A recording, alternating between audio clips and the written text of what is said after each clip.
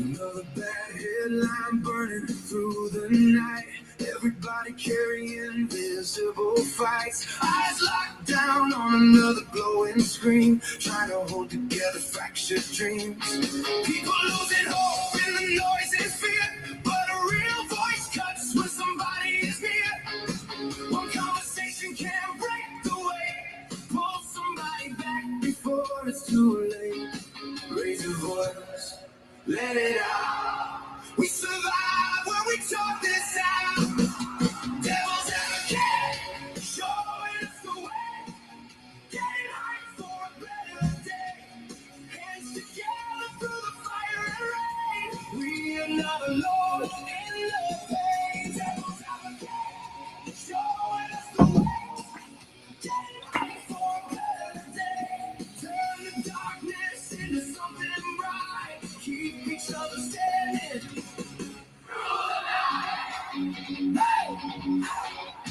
No fake heroes coming down the line, just real people giving real time, sharing truth when the world feels cold, keeping human hearts from growing old. Every laugh, every story, every late night call, tiny sparks keeping hope alive for all. We push back when we stand as one, even long nights eventually see the sun. Talk louder, stay closer, carry each other forward. No surrender, no silence, keep the fire alive.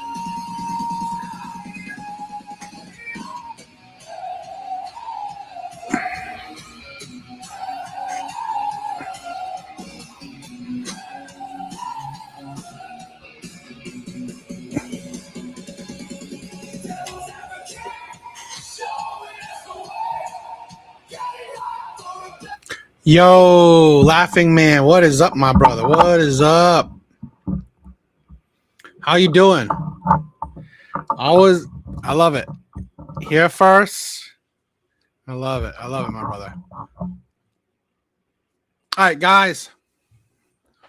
Thank you for being here.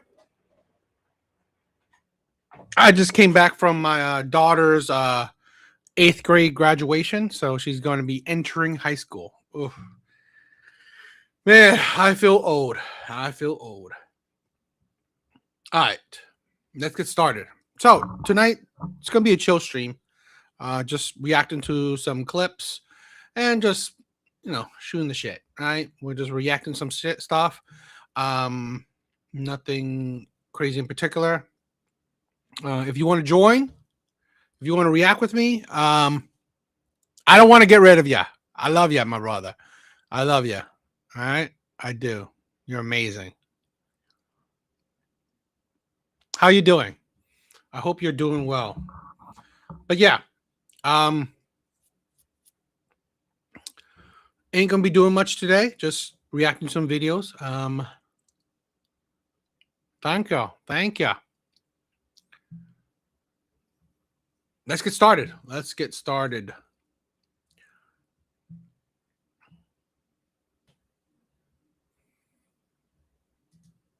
I think that woman.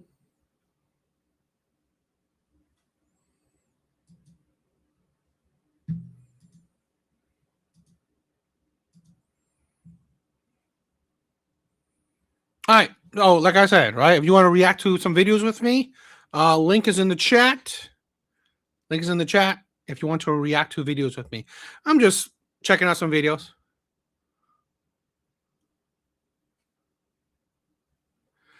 I mean, I put a hold on collecting, right? I have a hold on collecting right now. Because like seriously, all the collecting has like at one point, right? All the collecting has drained a hole in my pocket, right? So with all the bad choices I made in life, and then my obsession with collecting, I was in a deep, financial hole. So right now, I'm in my phase where I'm building, right? I'm building myself financially. So one day, okay, if I'm doing well financially, right now I'm okay. but exceedingly well financially. I'm definitely going to go start back my hobby. So yeah, but I definitely want to get back to collecting. I really do. I love collecting.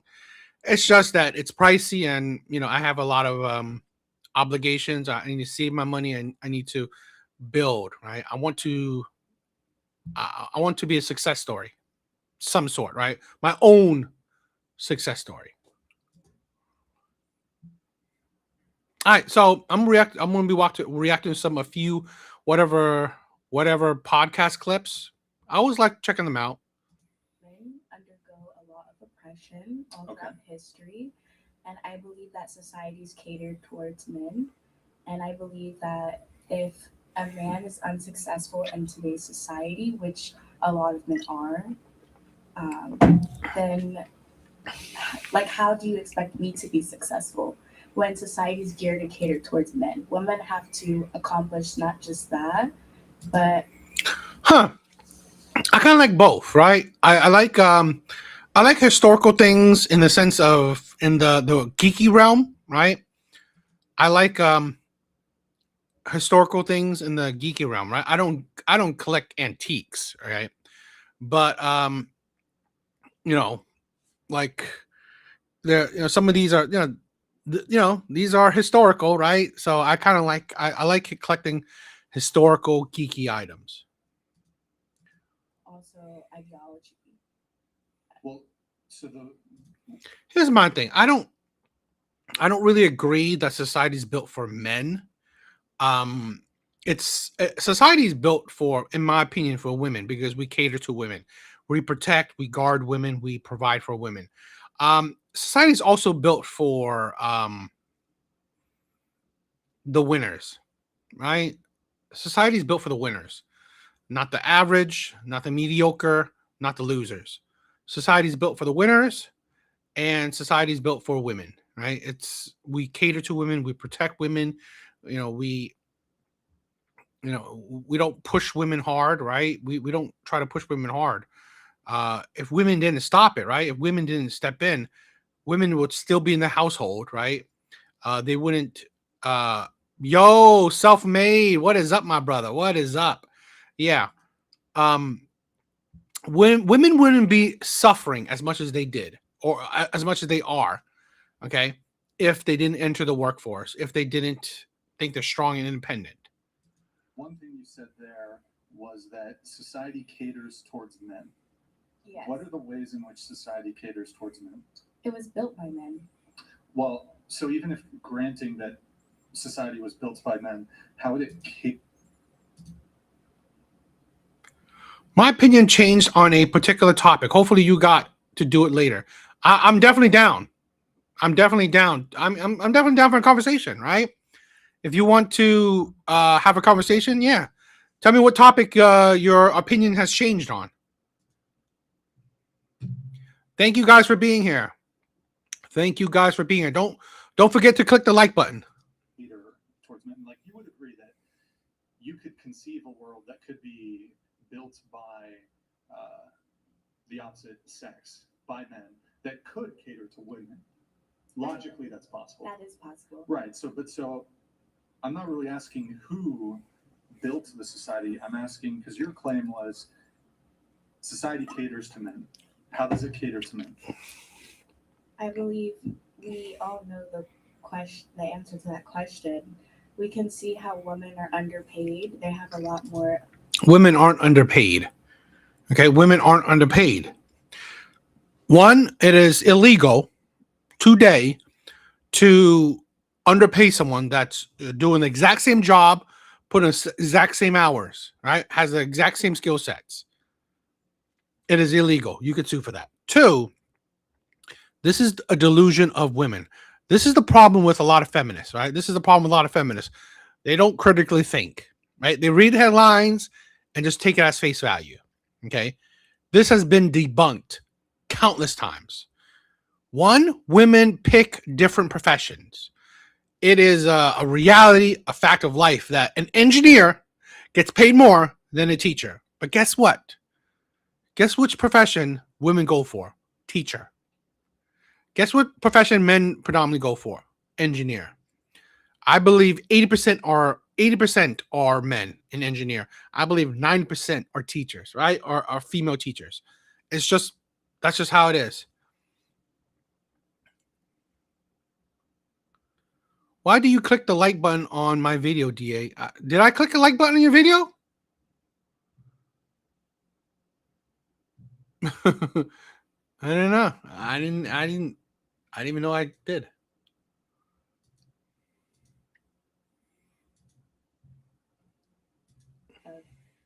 Hours of working that it's called underpaid. Unpaid labor? Yes, unpaid labor. There we go. Such as what? Such as going to the grocery store, cooking, cleaning. This is I find women ridiculous, right? I find really women ridiculous. Your unpaid labor, okay, for going to a grocery stores, which in actuality, usually it's his money, right? You're using his money to buy groceries. You're using his money to buy groceries, the groceries that you also eat. I.e., maybe the groceries that you also use to feed your children with. His children, your children, right? It's like, how's that unpaid labor? How's it unpaid labor? You're literally, it's like you're being compensated for it.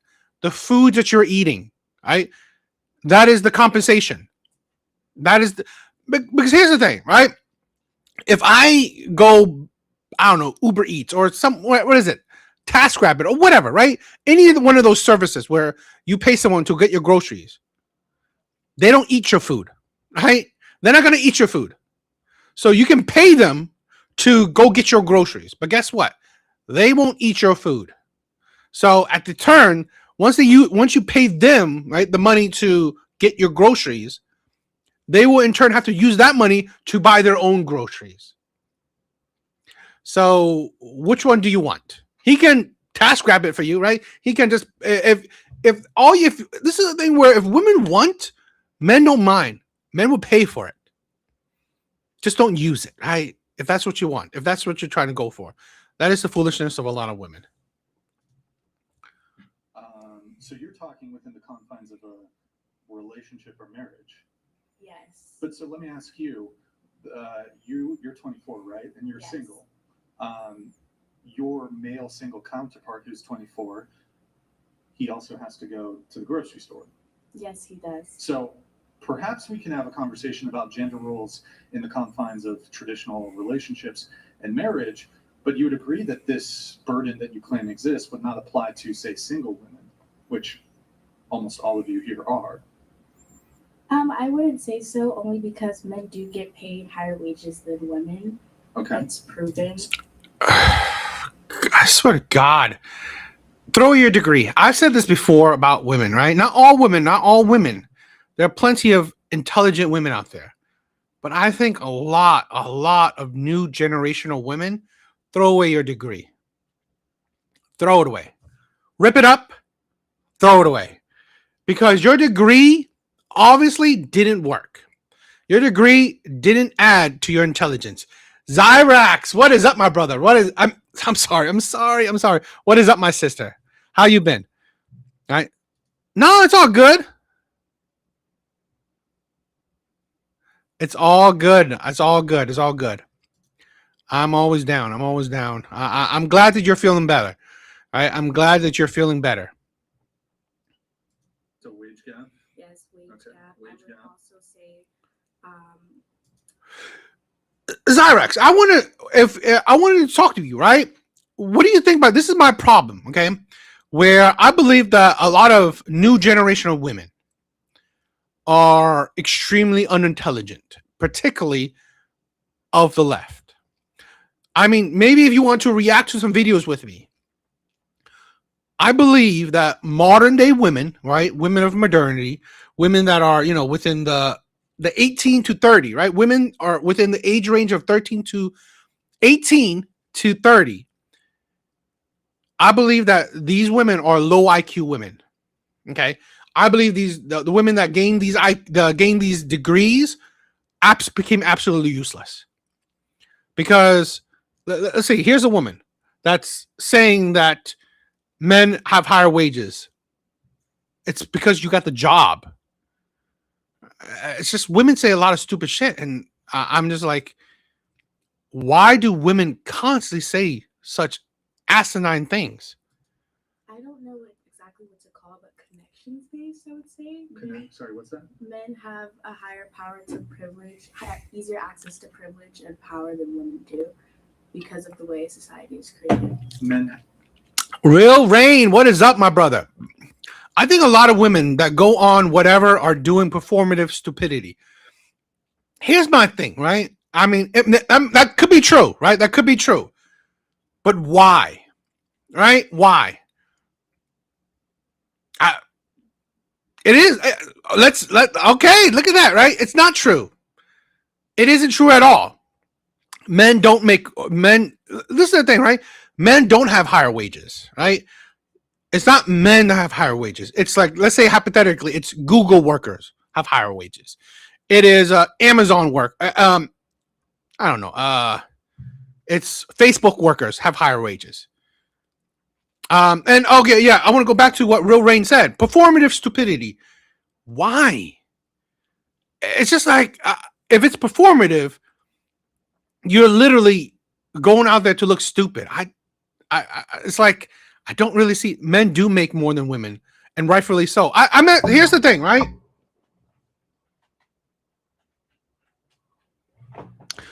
The problem with that way of thinking is that men technically, right? Yes, men technically make more than women, but it's not because of their gender, right? Jobs make more than other jobs. That is genderless, right? That is genderless. Jobs make more than other jobs, right? Certain jobs make more than other certain jobs. So being an engineer, sadly, always make more than being a teacher. It's genderless. But the problem is more about gender roles. More often than not, women gravitate to being a teacher, while men would gravitate to being an engineer. Have a higher access to power and privilege. Yes. Legally or how so? I would say not legally. It's just how our society is based socially. It's our So social can structure. a woman? See, the avocado thing, I don't count at all, right? I don't even count that page because that thing it got me it got like thousands upon thousands of subscribers because of a video of a YouTube short I put on that went viral. It's not because people want to watch my content like that. Okay, because all my other videos don't get a whole lot of content. So it's not natural subscribers, right? That's the problem. It's not natural subscribers. So that's something. And that's the thing, right? Women are more natural teachers. Men work best with their hands. Okay, it's not necessarily a gender thing. It's more maybe a gender role thing. Is legally unable to become president? No, she is. She can. She can become. So, what is the thing in society that I guess, not legally speaking, would prevent a woman from gaining power or position or anything? I think because a great example would be our presidency. We do have men presidents, and socially speaking, men are able to access those spaces a lot better. How? Because they're seen as dominant, or the traditional mindset of. The problem is that the problem with that.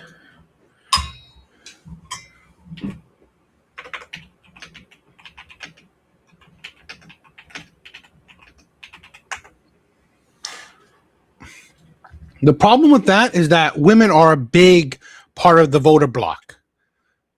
All right? It's like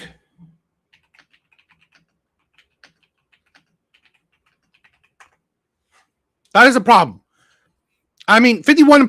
I believe, right? 51 of the population is women. You can't say that. Oh, men, they're dominant. And all that. So what? 51% of the population, or a good chunk of voters are women. So even women aren't voting for men, or even women aren't even voting for women. For social society, and therefore women have a disadvantage. But we had a female vice president before, like Kamala Harris, and she's supposed to be a president. She was just not elected. She has equal chances to win.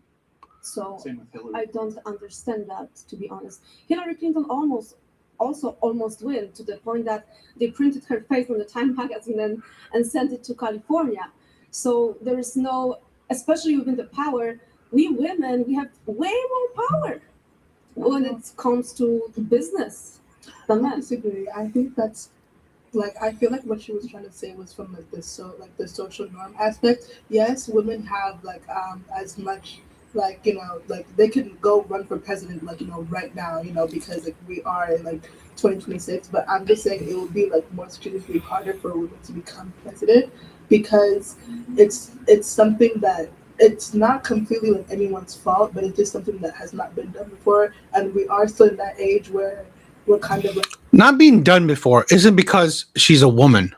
Okay. I just find women really ridiculous. I really do. Okay. We have a two-party system. Sad as it is, we have a two-party system. One person is going to lose. One person is going to lose. Just because that one person is a woman, it doesn't mean because she's a woman, right? Necessarily because she's a woman, she's lost. Probably because people didn't want that candidate. It's like, close-minded group is like where a lot of people are like, they don't think that a woman can lead as well as a man. I don't understand, like, you know, I understand your point, but that was exactly the same argument when it came to the black president and Barack Obama won. Mhm. So those kind of social aspects, people don't look at that anymore. It's more towards, like, actually clinching towards women right now. It's very oppressing the straight men in America right now. So the women as a Sorry, president, you say oppressing is yeah, straight it's men. a lot of oppressing towards straight men right now. Very, Could you tell me more very about that? oppressive at the moment. Yes, absolutely. Very oppressed. It's do you not believe how much? Okay. Why am I? Why am I being disingenuous? This is why, Zyrax, I love you. I love you. Why am I being disingenuous? This is the problem. No, I think, in my personal opinion, right? People who, I think people like this are being disingenuous, right? No, I don't think it's because this is a thing where, like I said, right? You have to think of this. A good chunk of, let's see.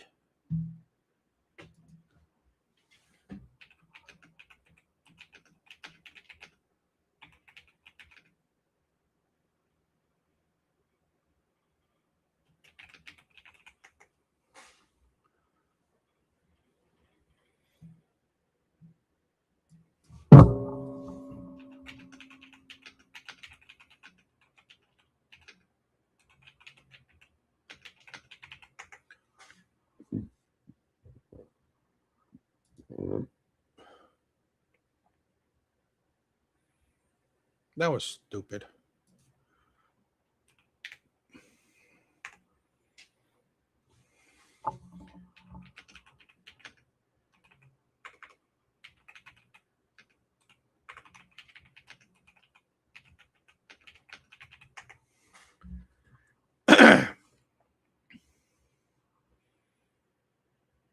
Okay, Zyrax, look at this, right? In the 2024 presidential election, about about 91 million women voted, compared to 82 million men voted. So you're saying that a good chunk of women didn't want a female president. Why? Because she's a woman? So you're saying women didn't want other women to be president? I think that's ridiculous, right? I think that's, honestly, that is disingenuous. I would love it. I would love it. Well, this is the thing. Let's react. This is the thing. I would love for us to react to some whatever podcast videos together. That would be fun. That would be hella fun. All right. But like I was saying,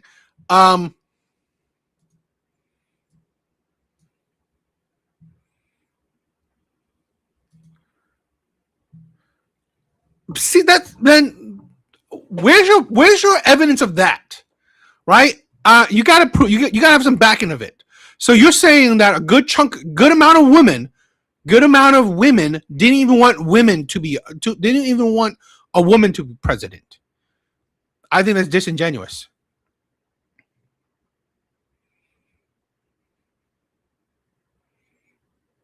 Yeah, I just think that it wasn't because she was a woman. I think because she was incompetent.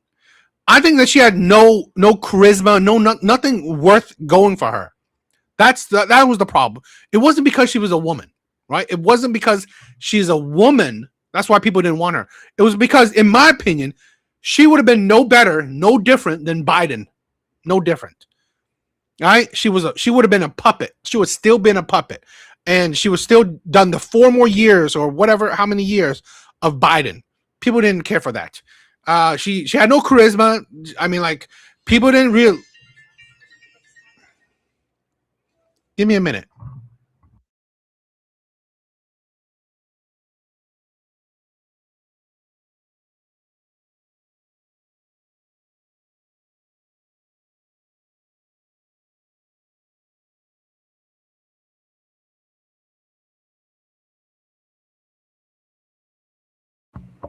Okay, so yeah, like I said, I think people just didn't like her, not because she was a woman, right? I'm not saying 100% of people, were like that. Maybe a few didn't want her, just because she was a woman. But I think the majority wasn't like that.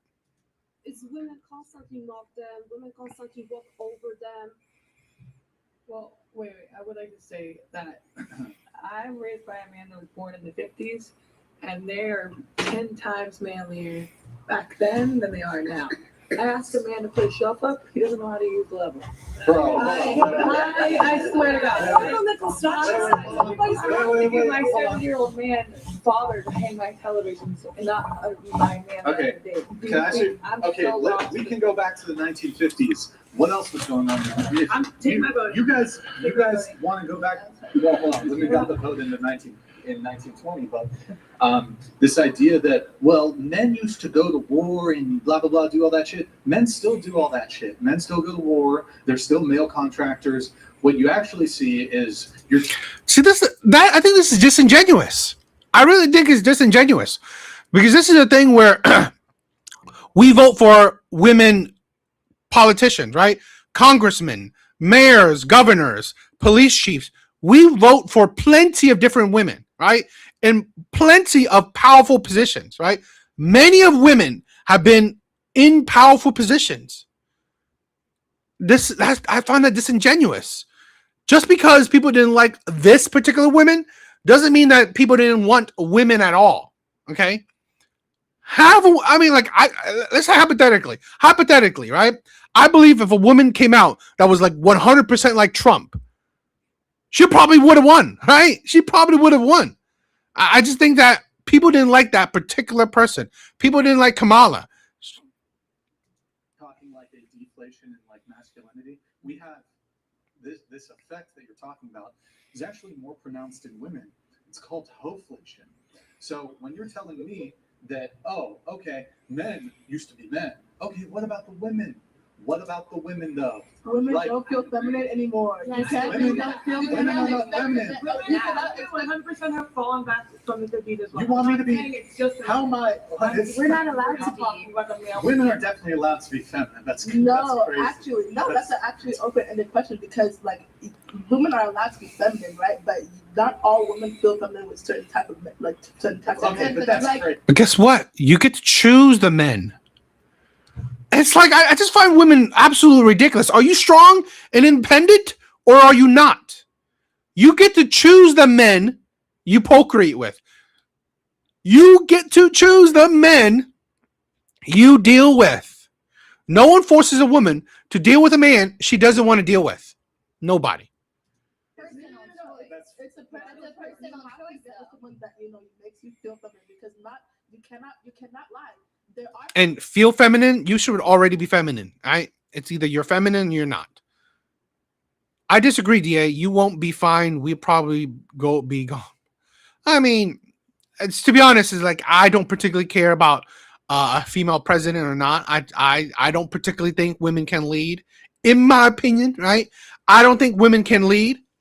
DA, are you saying that you haven't heard the women are emotional and monthly? I mean, no. Here's the thing, right? It's not like me personally, right? Me personally, yeah, I probably don't think women can lead, right? Me personally, I don't think women can lead. I don't think, right? Mainstream society in general, I don't think. Here's the thing, because if we were ready for a black president, we are ready for a female president. Okay. If we are ready for a black president, a minority president, we are 100% ready for. Yeah, please try not to do all caps. If you want to be emotional, come on stream, right? If you want to be emotional, come on stream. Yeah, I mean, no. Here's the thing, right? I don't vote. I didn't even vote. I don't think majority of people think like me. Plain and simple. I don't think majority of people think like me. Like I said, if we are ready for a black president, we are 100% ready for a female president. But it's just got to be the right person. Plain and simple. I'm sorry. It just got to be the right person. Feminine men out there. Sure. Yes, there are feminine men, but hold on, let me explore that. So this idea that your femininity is conditional on the masculinity of the man. Let me flip it. I am only comfortable being masculine when it's a feminine woman, and she needs to create a safe feminine space. She needs to be feminine and create a safe space for me to be masculine. And here's the thing, where whatever podcast, yeah, maybe these women are performatively stupid, but they're still stupid, right? I'm sorry. I'm not. There will always be a rare woman out there, right? There will always be a rare woman. There will always be a woman that can beat up a man. Okay, there will always be a woman that can be more intelligent than a man. Well, no doubt. Balance of probability isn't high. I'm sorry. Balance of probability isn't high. For every one intelligent woman, I'm going to be honest, right? There's probably 100. Well, okay, I'm gonna be a little bit kind. There'll probably be 10 unintelligent women, right? And I believe that for one uncharismatic woman or one charismatic woman, there's going to be like 10 uncharismatic women. It's just, sadly, the woman Kamala who ran, she was not that intelligent, not that charismatic.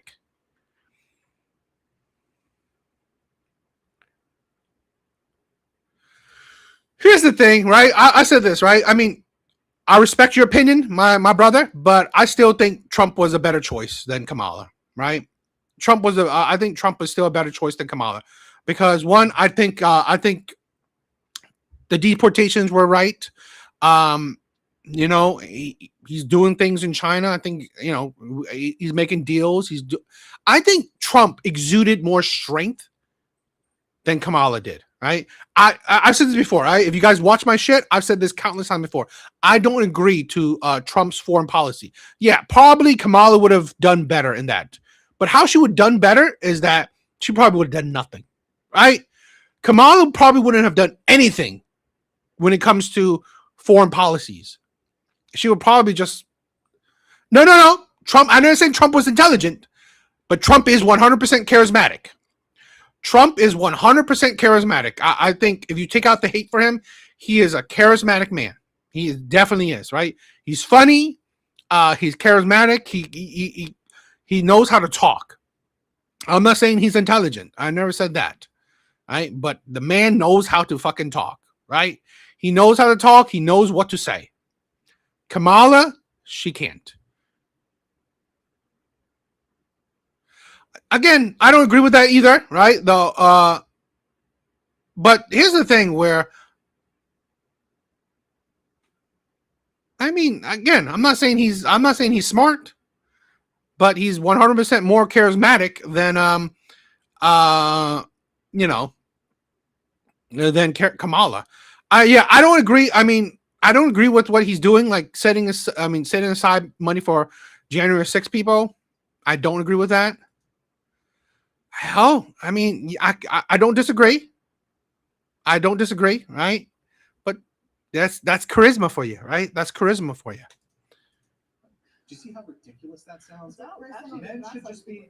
I think that sounds ridiculous. Men should just be masculine. Women should just be feminine. It's like you're gonna be masculine and then wait for the right guy, then be feminine for No. You can like who you are as a person. Your femininity is like also tied into who you are as a person.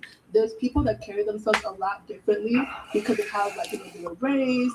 There's a lot of aspects that make a person who they are. You can still be feminine, right? It's just like certain people like bring out more femininity than other people. Like you have like if someone, let's say your partner is like does not like because you're saying that it's ridiculous that like a man should want to feel like a He's not. He is not charismatic. This guy tariff countries we never had them on. Started a war, bombed self-made, right? I'm going to debunk you, right? He's 100% charismatic. I think it was a good thing Trump tariffed these countries. I don't. It's the Senate, right? It's our Supreme Court, right? Trump made hundreds of millions, right? Hundreds of millions on the tariffs. Supreme Court says no, you can't do it. He made money for the American people on the tariffs. I think that was a good thing. I 100% think that's a good thing, in my opinion. Now, started a war.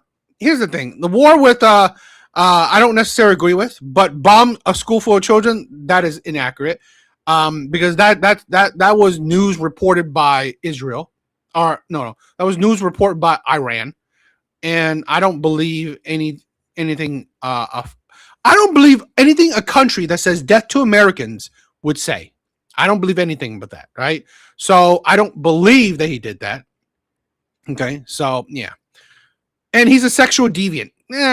Okay. I mean, like the guy was a billionaire. Being a degenerate, right? A sexual degenerate is not the most surprising thing.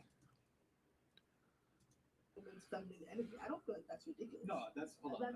That wasn't what I was saying. What I was saying is it would be ridiculous for a man to like hold back his masculinity. I'll only be masculine It's not about holding. if she's creating the space for me to be masculine. So that's where we disagree. I don't think it's about holding back. Oh, sorry, go ahead. I would like to say an example is when you go through life, like single black mom, or I didn't have. And this is what I love, right? I love self-black. I love you, all right? This is why I love, right? We need to push back against each other. We shouldn't. I've said this countless times before. This is why I love the people that follow my channel. We are not sheeps. You don't follow me.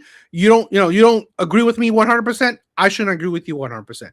We are individuals. This ain't no echo chamber, right? This is no echo chamber. This is why I love the community I'm building. It's no echo chamber. We don't need to agree on everything. Okay. Now we could talk to each other, and if we change each other's mind, awesome. If we can't, we agree to disagree. That circumstance, and they grew up with a chip on their shoulder because they had to do everything themselves and weren't handed certain things in society. So when they do have a partner, they're a lot more tough. And then that partner, it cannot necessarily make them have that space to feel them.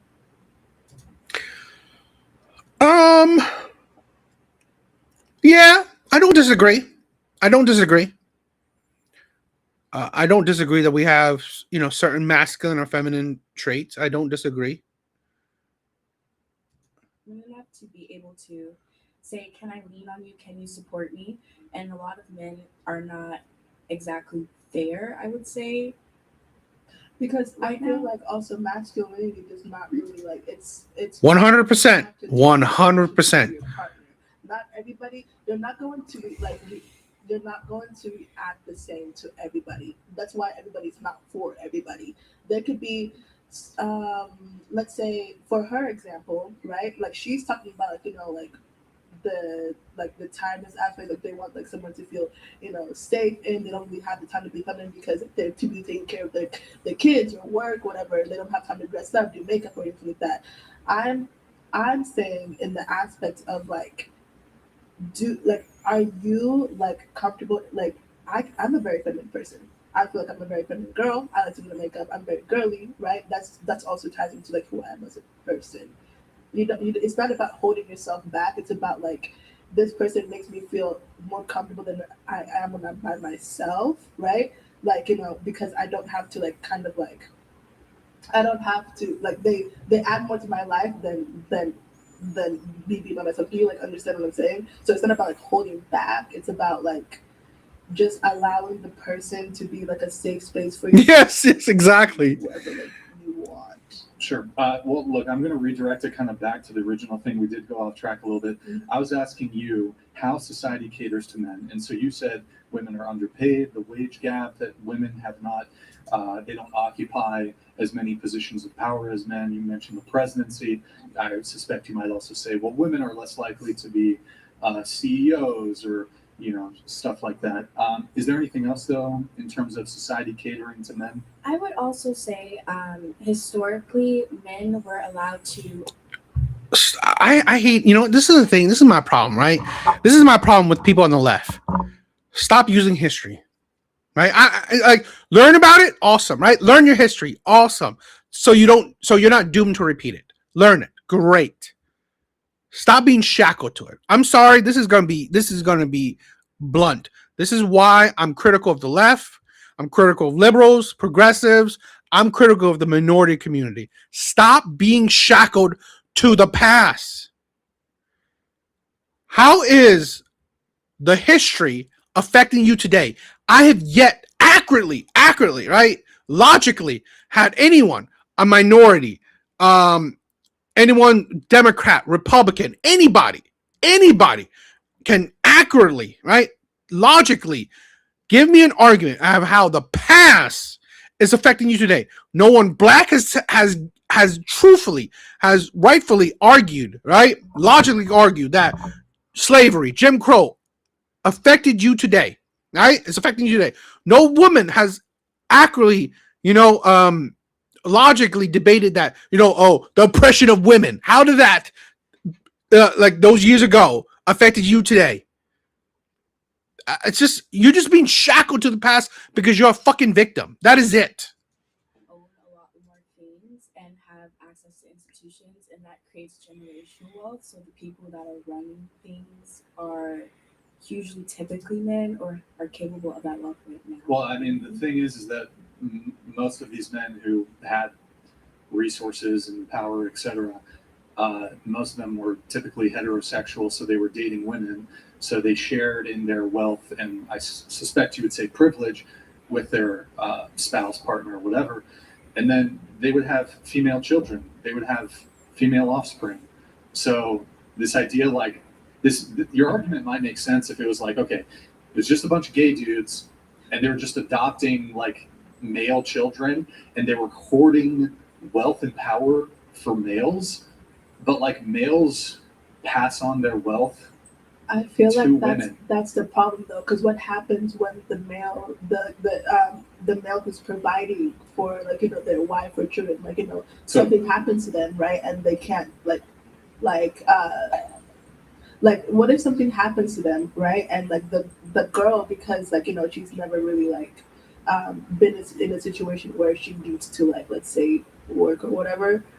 The fuck are you talking about? Knowingly, that man would have his shit together and have a life insurance policy. Well, a lot of hold on. set up. Isn't it like though that the majority of the new millionaires are coming from the tech sector? Exactly. Much of the generational. I'm sorry. This is why women in general can't lead, right?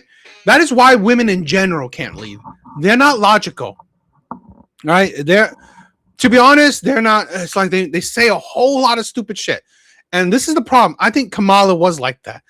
Kamala wasn't a rare woman, right? Sadly, she wasn't a rare woman in any sense of the word. In any category, she wasn't a rare woman. She was, in my honest opinion, a typical lucky-ass woman, right? She was lucky. if the history that I know about Kamala is true, with that how she earned her position, I'm not saying it's true, but I mean, like, nothing I've heard about her is on honestly all that special. So really, I'm not saying rare women. If there's a rare woman out there that would definitely, I believe the CEO of AMD, right, the chip manufacturer, the computer parts manufacturer, Amy Wong of AMD, she's an amazing CEO because she made a company that can rival almost all other chip companies. This is I'm giving props where prop is due. Okay,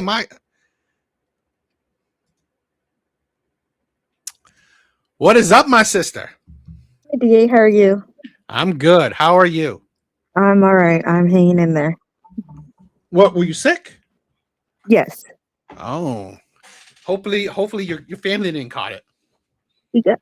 Yeah. It's it's the constant weather change and stuff. So, but I get it. All right. So let's go on it, right? Okay. So in my opinion, right, I think leaders are rare. I think leaders are rare, and the sad reality is that the cream of the crop of men are more.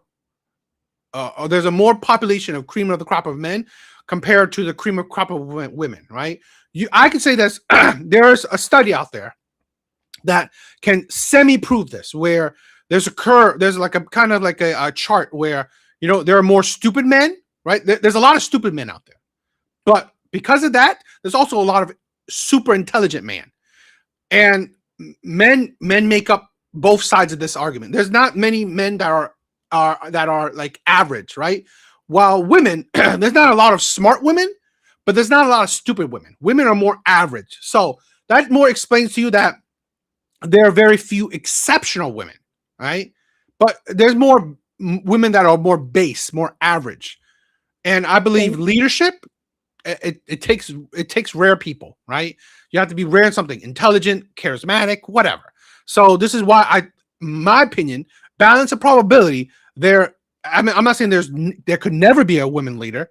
I just think that because of balance of probability, because of statistics and odds, it would be rare and unlikely to have a good woman as a leader. So I just don't think women should lead. Why should and this is what I meant by that we tend to have a higher standard for women when it comes to politics. Why does the woman have to be exceptional? I'm sorry, to lead our country, there has to be something about you, right? We've had I'm not saying the best of the best, but there's got to be something about you. I understand that, right? But we've had stupid presidents, though. Again, see, I said this in the comment, right? Men can be stupid, but the women can't. Women have to be exceptional. That's the double standard. No, but this is the thing, right? Even though I disagree with self-made, and I disagree with a lot of other people. I 100%. I'm not on people's side when people say Trump isn't charismatic. I'm sorry. The sad part is that we have a two-party system, right? So you only pick from A or B. That's it, right?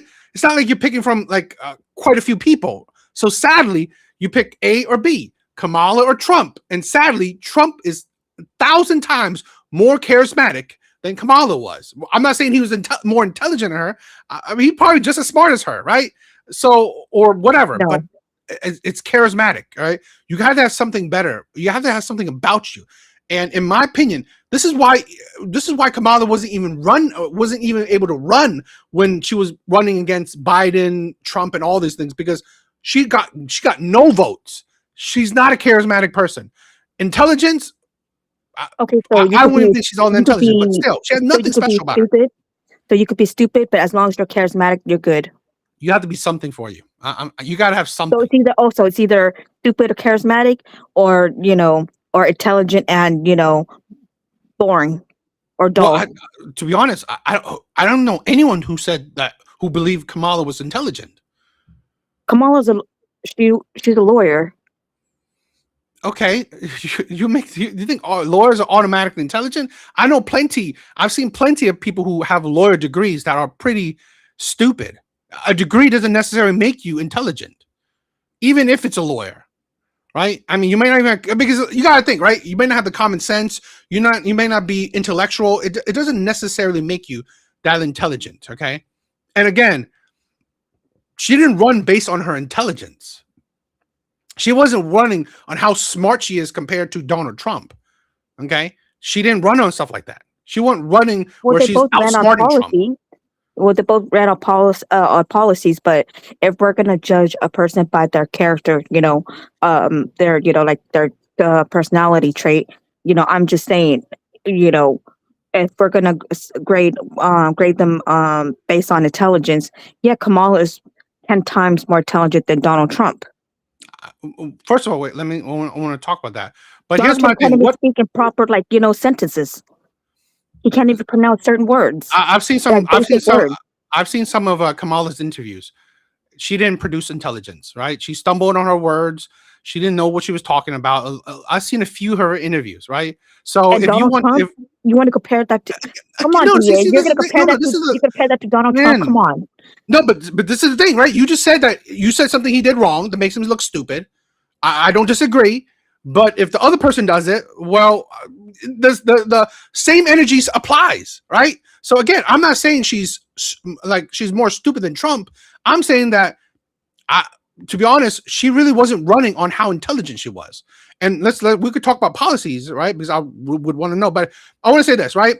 What does charismatic mean? It's how, in my opinion, it's charismatic is like how you can relate to the audience or to other people. People like Trump. People didn't like Kamala. She had 4 years with Biden and no one really thought about her. No one even cared about her until she was running against Trump.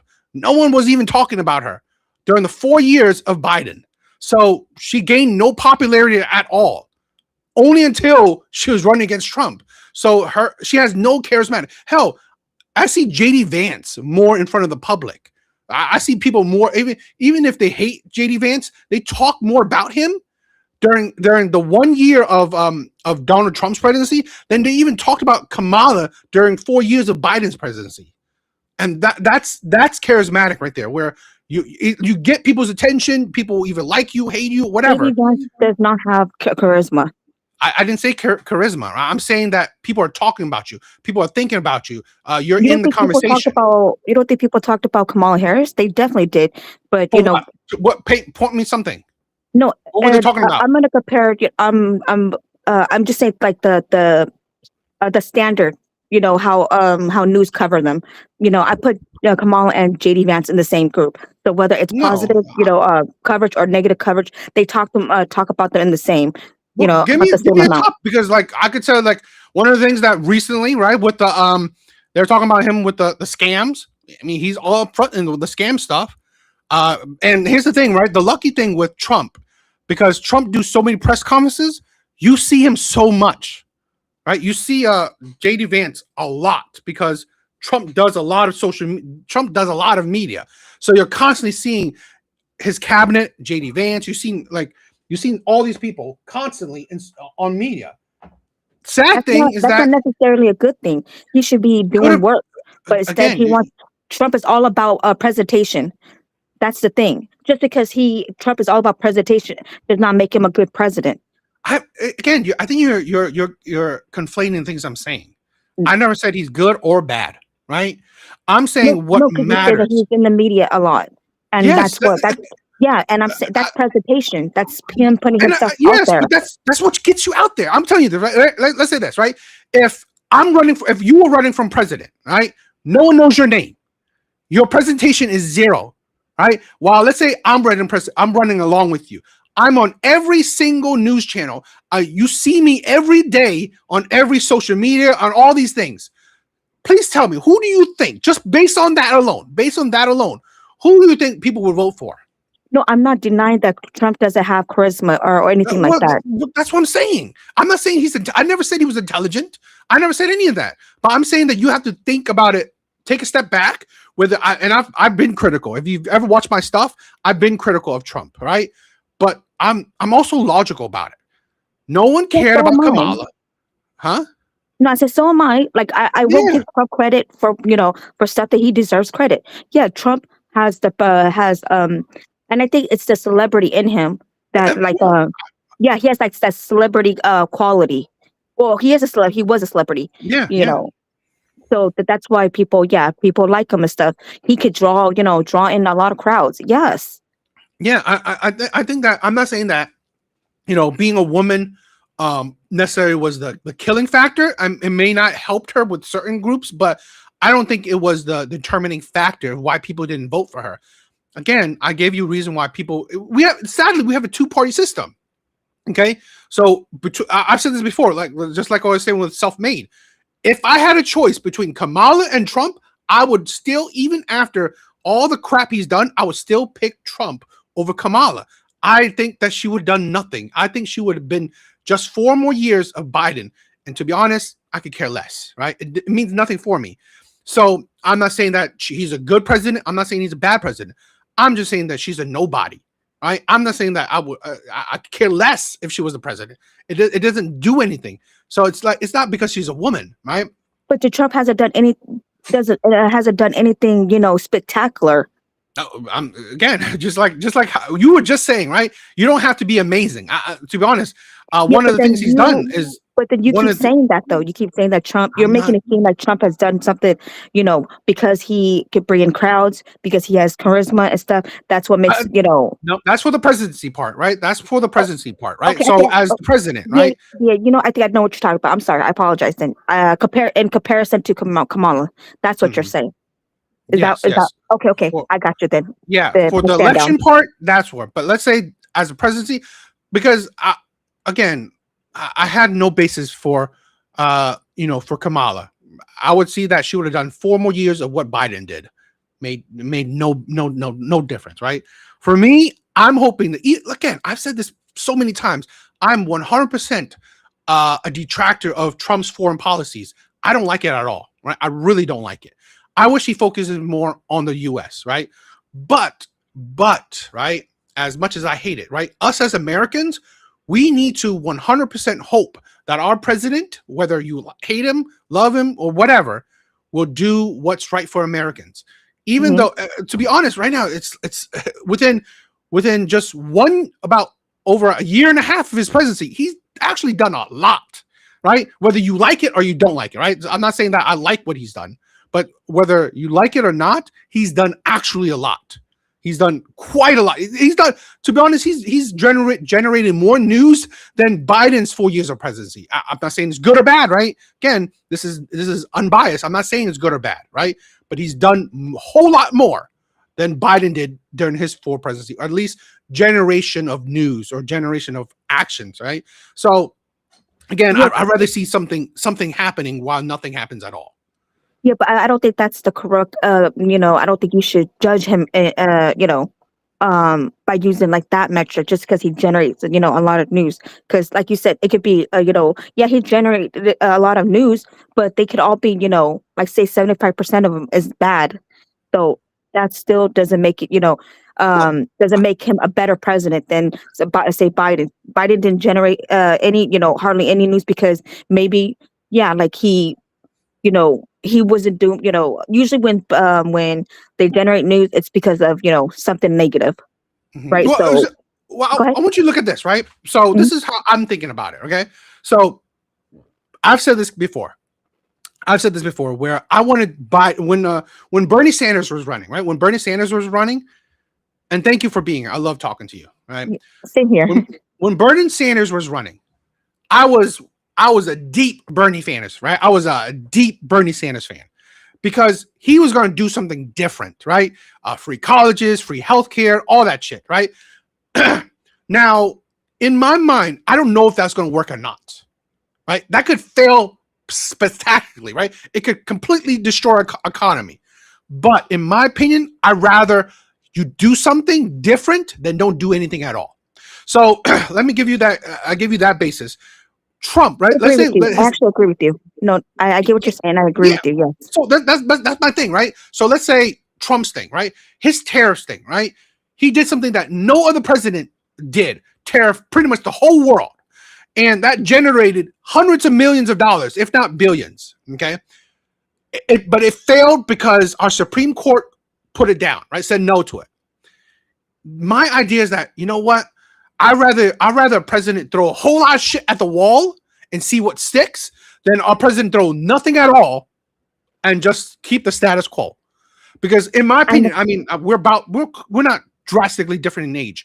I grew up during a time where I think our government was useless. They did nothing for us. Every time was the same thing. It was always about the rich, the poor, the middle class. It's always, you know, our government meant nothing to me. I rather wanted change, and that's why I said I preference the Bernie Sanders thing, because I wanted someone who was a drastic change to the system, who would push different ideas. I don't know if Bernie Sanders would have done it, but he was pushing out ideas, right, that would have been different for our society. So as much as I like I said, I'm critical of Trump, at least he's a man that will say that I'm going to throw a whole lot of shit at the wall and see what sticks. While in my opinion, Biden didn't do that. He was a status quo kind of guy. And I believe that Kamala would have been the same thing. So that is why I say that, you know what, I'd rather still pick Trump over Kamala. Because honestly, I don't want 4 more years of someone who does nothing, keep the status quo, how, you know, the rich stays rich, or, you know, whatever, right? I don't care, whatever, right? Even if it gives us, you know, like bad ramifications, or, you know, a bad outcomes, you rather, you know, you want to see Yes. someone who have the balls of, excuse my language, have the guts No, to, you know, to want to change something. I get you. I'm also, you know, like when it comes to voting, I'm also coming from that, you know, perspective also. Yeah, that I'm tired of status quo, that, yeah, we want someone who has the goal to change, you know, somewhat, you know, change, not completely change the system, but change something about the system where it benefits us. Yes. So that's how I view Trump's presidency, right? Like I said, I'm critical of the guy. I don't love him, but I don't hate him, right? I just want a president that would do shit. Period. I'm not saying it's going to be great. I'm probably like, again, the shit with Iran. I believe it's a failure right now. Right now. Now, if it pans out how people think it might pan out, right, where we could, you know, freedom to women over there or whatever, I don't give a shit. Then okay, it panned out great. But if it didn't, Trump is 100% to blame. But at least he's doing something. That's my thing, right? Yes. So that's how I view it. Okay, I got you. And you know what? That's the thing where I love talking to you, because you know what? We can, you know, agree to disagree, or, you know, we find some common ground. I love it. Yes. All right, let's join me on. Let's react to some more of a whatever. Well, yeah. Well, this is secondary.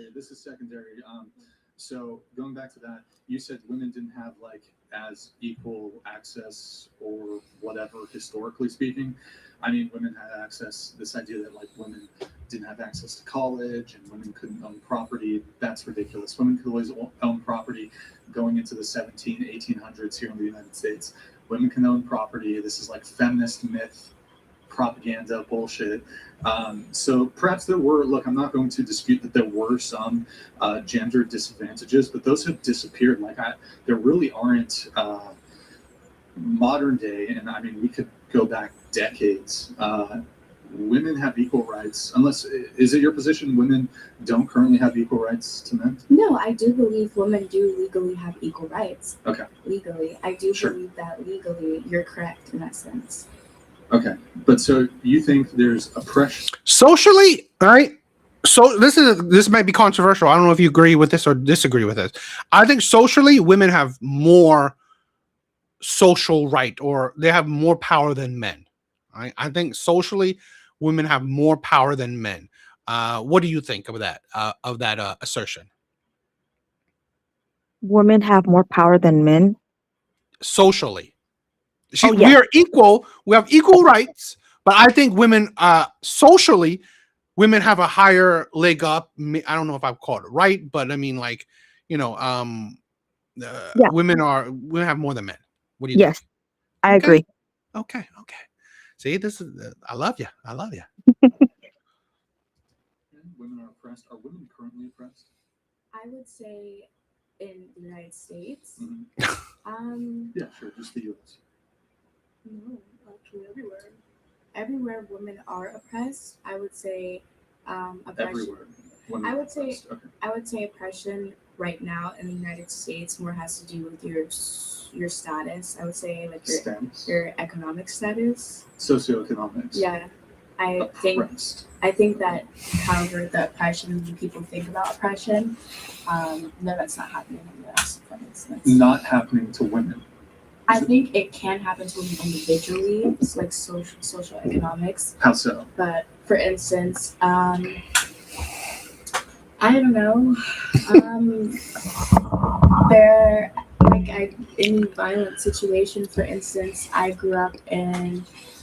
lived in a 2-bedroom, 1 bath growing up for a bit, and I didn't have the same access, I guess, to someone with more money, I would say, the ability to go to a better school or those types of things. So I Oh, think, well, okay, so you're talking like if you like are individually, it's not a generalization. This is the problem. What I have with a lot of women or people on the left or whatever. Okay, is that they can't comprehend that you're not special. Okay, so her argument is that, you know what, individually you might be oppressed. Well, it's like individually anyone and everyone is oppressed, because a man can be oppressed, a woman can be oppressed, someone black could be oppressed, someone white could be oppressed.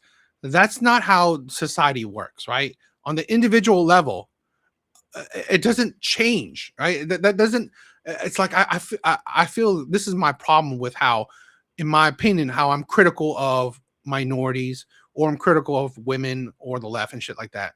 They think in such a utopian mindset. Well, it's nice and all, right? It's beautiful. This is why when I argue with Alan and stuff, or when I said with the Bernie Sanders shit, this is the problem with the left, right? If you're on the left, you're a Democrat. If you're this, you have such a utopian mindset. It's cute, it's beautiful, it's nice. It is stupid. I as I grew older, I've learned that it's such a stupid mindset because it's unrealistic. It's a sad thing. Most of us won't be equal. Most of us won't have a good life. It's just that we won't all have the amazing, beautiful life as like Elon Musk or others. It's just not how the world works. It is very true. It's unfair. It's true, but that's reality. And to think that, oh, I want everyone to be wealthy. I want everyone to be exactly equal to the person next to you. I want everyone to achieve their dreams. It's like, it's beautiful, but it's stupid. And that is why I'm so critical of minorities, of women, of the left. It's that delusion that makes every single thing that comes out of your mouth sound so stupid. Because when you take a step back and actually live life, you see that mindset is cute, but it's stupid, and it's like it's ground on no other logic besides emotion. What are your thoughts? Well, the whole point is, I mean, how should I say this? What we're all trying to do is, is to try to we strive for like as equal as as equally as possible, right? As a society, and whenever you see whenever you see gaps, you want to try to to fix them. Now, whether those gaps are valid, that could be. I mean, that's where people need to have a conversation. Um, Investigate, make sure it's valid and stuff. But say if you see little pockets of inequality, you would want to fix again. You would want to fix those, amend those, because if you don't, then it's only going to get bigger and bigger, and that's what you don't want. I see it. We're always going to have problems. Something needs fixing, and we should, again, whenever someone says, oh, we have a problem here, no one said anything about having to fix it right away, but then you should at least, like check it out. If it's not priority, then yeah, then it could go like, on the bottom of the pile of paper. So uh, Here's my thing where mhm. I understand what you're saying, but I may have a different. Maybe this is might be controversial, whatever. I think that we are more free than ever before, and I think that I don't think that we can ever be more free than right now. I don't see a world, right? Let's say unless we have a truly utopian world, unless we have a world where we're all under one government or whatever, right? Like the movies and shit. I don't think that we can possibly be more equal and free than we are right now. I don't, right? Because if you think that we can be more equal and whatever, right?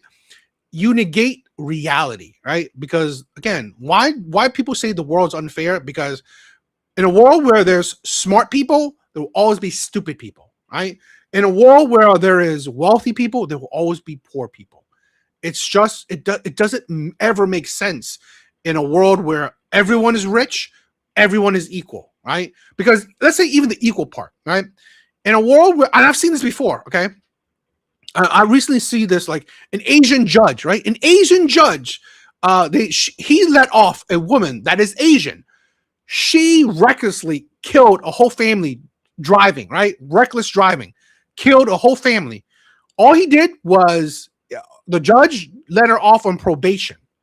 She literally killed a whole family, reckless driving. Why did I bring that up? Is because at the end of the day, it doesn't matter if you're Asian, black, white, whatever, biases will always be there, right? Hate will always be there, right? Stereotypes will always be there. So it's like we cannot truly 100% be truly equal, because humans don't ever, it's not human nature, in my opinion, right? It's not human nature to view everyone in a utopian equal lens, because at the end of the day, an Asian someone in China may care about someone who's Chinese more than that Chinese caring about, let's say, someone that's black, right? It's just, and I've seen black judges, right? Black judges let off like crazy black criminals, right? Like let them off multiple times. Bias is there, right?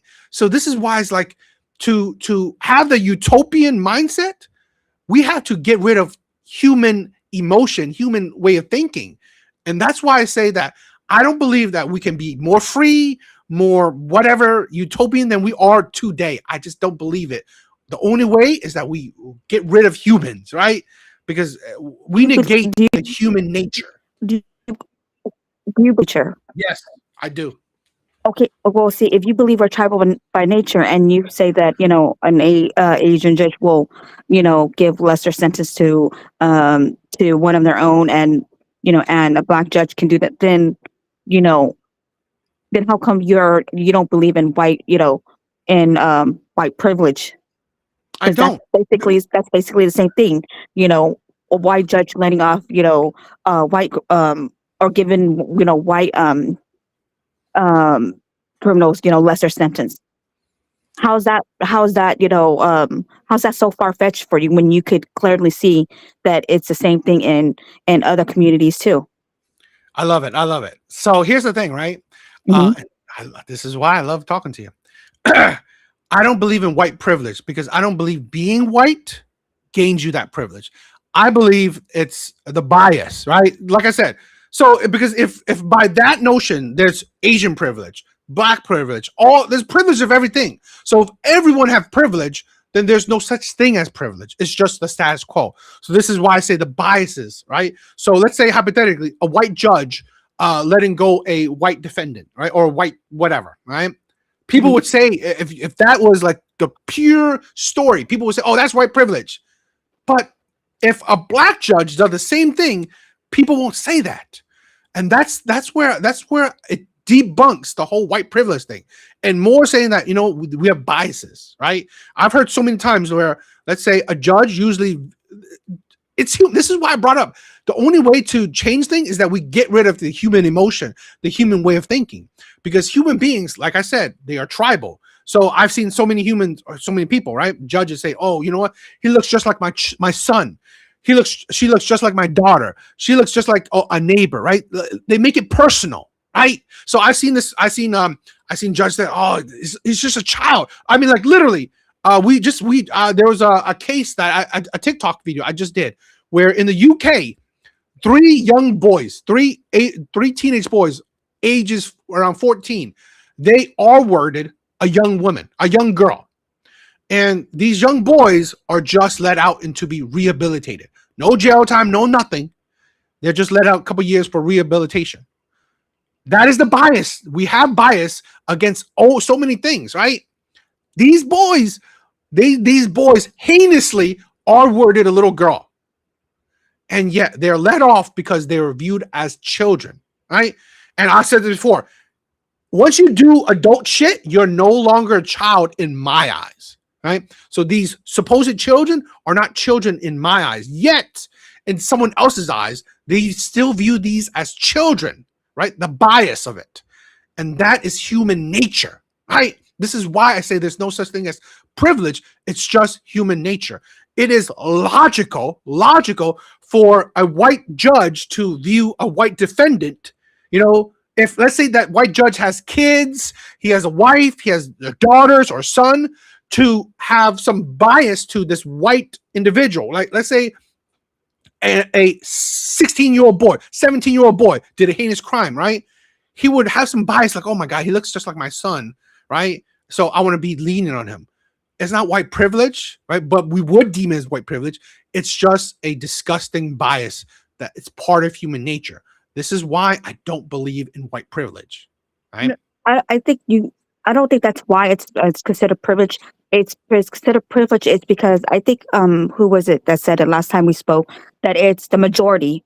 So that's why it's considered a privilege, right? The reason why, like I say, if a black judge did it or an Asian judge did it, we wouldn't necessarily call it privilege. It would be sort of like favoritism, or or even like maybe a bias because we're in the minority. So if there's more like say if it's majority Asians, then it would we would call it Asian privilege because it benefited the majority of the population, which is Asian. But then because whites are the a majority population, that's the only reason why it's considered privilege. So it's a privilege to be the majority of a population? No, because they're in the majority that What makes it a privilege? happens because the fact that a privilege is when you have more benefits than the other. The reason we have white privilege is because it benefits white people more than the other race. What benefits white people more? It's like, how can you equate anything that benefits? Like this is my problem, right? This is my problem. If there's a such thing as white privilege, right? We would have. It's like in a society where I think I just recently saw it, right? 70% of the U.S. is made up of white people. 70%. That's a huge majority. So it's like, it's hard for me. What's up? What's up, big bars? What is up, my brother? It's hard for me to say that it's privilege, right? When it's just something more normal. You're viewing it in a negative way, like in a negative way. The way I'm using privilege is, it's just the standard, I guess, the standard understanding of what or maybe I should say the correct way to view what the term white privilege means. It's just simply means, because white people are the majority and it benefits, of course it's going to benefit, white people more. That's the only reason why it's considered white privilege. But because people throw that, people will, use that and throw that, that we tend to understand white privilege as sort of like a negative thing. But that's not what I'm doing though. I'm not, that's not how I view it. But I get that, right? We're on the same page that people do. It is correct that people use that as a negative. But my thing is that, maybe we shouldn't just use it as this is a thing where this is the problem where I don't view it as a privilege. It's correct. It's the majority. I don't view it as a privilege, right? It's not a privilege to be white, right? It's not a privilege, right? It's just It's a because privilege if it benefits you. It benefits you as in a white person more than it benefits but another race. but here's the thing, right? It doesn't. But in my thing is that it doesn't necessarily because by that logic, right? It benefits you, or let's say the white people. By that logic, it has to be more consistent, right?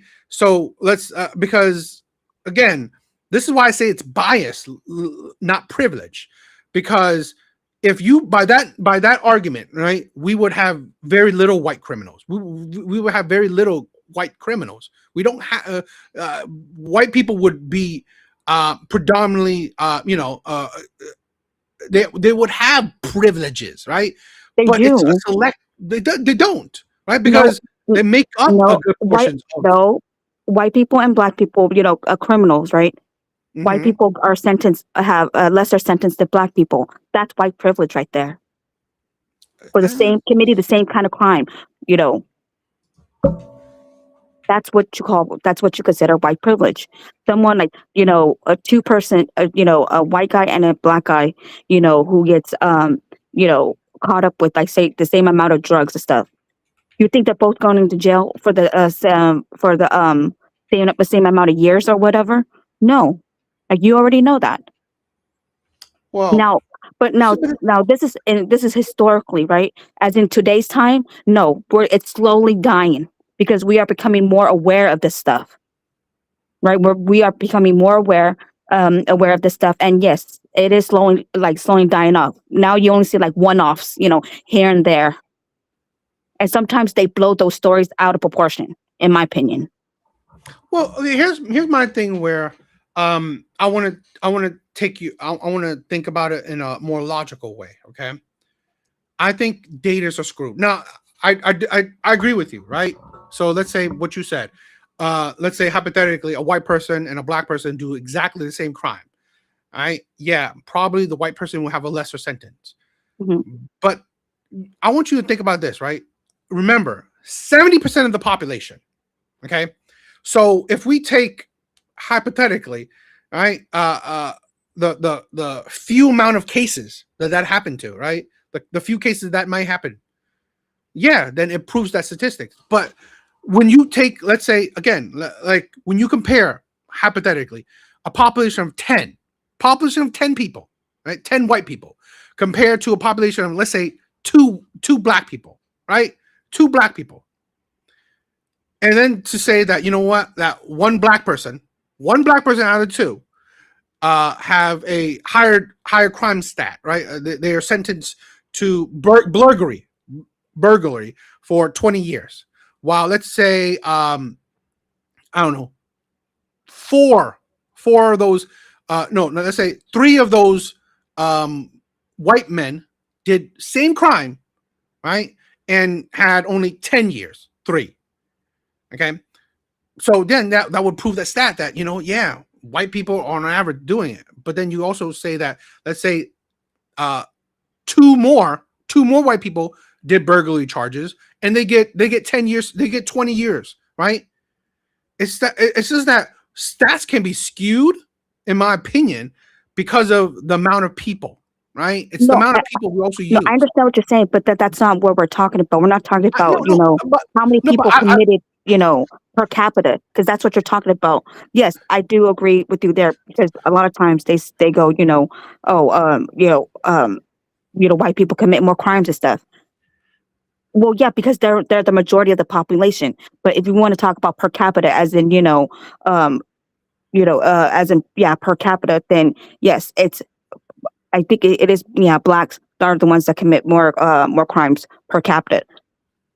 yeah, so Yeah, but then we're talking about, if all men are created equal in the United States, we both commit the same crime, we both should be going to jail at the same amount of time. I agree. I don't disagree, right? Yes. I agree that our justice system is effed up. I don't disagree with that, right? Hmm. I'm telling you, right? If there was a woman out there that will run on reforming our justice system, I would vote for her, 100%, right? If she would if she's going to rehaul the justice system, she has 100% my vote, right? So I stand on that, right? I agree. I don't disagree that our justice system isn't effed up, but here's my thing where it's just, we were talking about, just our court system, but in my opinion, it's not enough to equate white privilege, right? I don't disagree with that, right? With that, like, with your what you said about, they get lesser crime, but they have more of a population, right?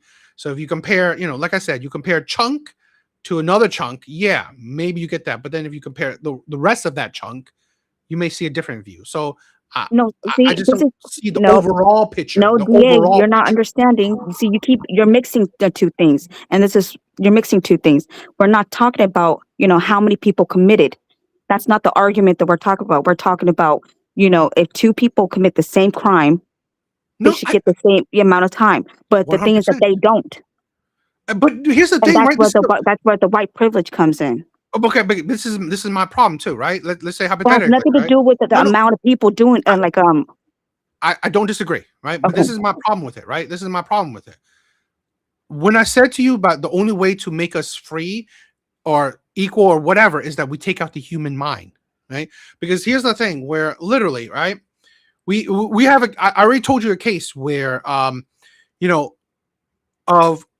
we have plenty of cases of women being R-worded and the predator, right, getting, let's say hypothetically, right, I'm saying hypothetically, getting like 10 years, right? Boom, 10 years for R-wording a woman. But let's say a man did drug possession, right? I've seen this before, right? He get 20 years for drug possession. It's like it always shows you that our justice system is already messed up. It's not, I'm not saying that maybe that's a bit of privilege, but I see that more of a bias, right? White judges probably be biased against white criminals, right? Or they will probably be more let's say critical or harsh on black black criminals. Yeah, Okay. so then it's discrimination, not discrimination, but then that would you say racist then, But right? here's the thing, right? Could you argue that But there's then no you're such saying that there's no there's such no thing as racist. So then what but do you here's call the it? thing, right? But here's the thing, right? Could you disagree that there aren't any black judges that would be harsh on white criminals? No, to say that there's not one. Yeah, that would be like, yeah, that would be dumb of us. Yeah, highly dumb of me. Yeah. So Yeah, it's like so if you say one area because is that's not racist, the do you argument. think You the keep other moving part the is racist as goalpost. well? You keep moving the goalpost, No, DA. no, We're not no, talking because about that. no, I'm not necessarily. I'm not necessarily moving the goalpost. I'm trying to make a point in the sense that again, I'm going back to base. We are biased, right? All right. It's like what I said. It's human. It's human. It's who we are, right? It's who we are as humans. This is again why I said it's not moving the goalpost because I If, want you to understand if it's that who we it's are, a then why human can't we nature. accept that there's okay? If it's human nature, then why are you having a hard time accepting that there's such thing as white privilege? Then No, because it's not the privilege. It's the see, bias. We are it's biased. the It's same part of thing. human nature. But you said that bias is human nature, privilege is human. It's human nature. Therefore, see, you're able to see it from, you're Here's the able thing, to right? say that, Where oh, I it could, exists in other communities, but when it comes to white, you're like, no, it doesn't exist. because okay, let me try to make Part that that, let me try to make the argument more clear, right? So I could say that there's wealthy privilege, right? Because you can see that it's consistent. Let's say hypothetically, all wealthy people, right, are privileged because they have money, they will get a lot of shit. It's a wealth privilege. It's consistent. Tell me a wealthy person that can't buy all the shit he wants, right? It's a privilege. But and when I see in society that there are, white people make up most of the poor, white people make up a good chunk of the homeless. Like it's like, where's the white privilege when white people are suffering? Now, I'm not saying I'm not being like I'm not saying that white people. I'm sad for them. I'm just saying that like, how can there be privilege because of the skin? When even though there's people that have that skin, because if you could say white privilege, that means that person in the trailer park that person on the streets and the homeless, because they're white, they should be experiencing some form of privilege, but they're not. I could say that yes, if you're saying like social class, there's privilege to that because I can see the consistent logic. I can't see consistent logic when it comes to white privilege, right? This is why I say there's the bias, because that makes it more logical to me, in my personal opinion. Because to say white privilege, then it has to be privilege for being white. But when, let's say, if there's people that are white that's suffering, where's the privilege in that? Okay, if you want to use bias, okay, is it okay to be biased? Is it? I'm not saying. Here's my thing. I don't say it's okay or not. This thing is human nature. Bias. You don't want to use the. Here's the thing, right? Just like, is it okay? If we have bias, if we have a preconceived, bias, do you think we can change it? I don't think so. I honestly don't think so. So then you're saying that it's acceptable to be biased then? Here's the thing, right? My thing is that I think we have to fight against it, right? But to be honest, we have to fight against it on the individual level, right? So just say it starts off the individual level, yes. Yeah. So this is the problem where I just think that's part of human nature. Just like I think it's part of human nature to be to be a degenerate, right? Right? To be very sexual, to be to think, to be selfish, all this shit, the negatives, all the negatives of people, I think it's within all of us. Just like we're all capable of violence, right? We're all capable of violence. The main thing is that, you know what? We on the individual level, we control that shit, right? So let's say a bias, we control our biases, right? And that's the thing. That makes us more civilized, more morally sound, whatever, right? So that's the thing where I think within all of us, we have the magnitude of the negative and the positive, okay? But it's hopeful that, you know what, we control ourselves to be more positive than negative. But again, I can't hate somebody for having the negative side of us because it's in all of us, right? So that's why I go back to what I said before. The only way to achieve this utopia that the left, that Democrats want, is that we erase humans or erase the very existence of humans. Well, then it defeats our purpose being here. It defeats. You eliminate our species? No. This is the thing. This is why I said that. Delete humans.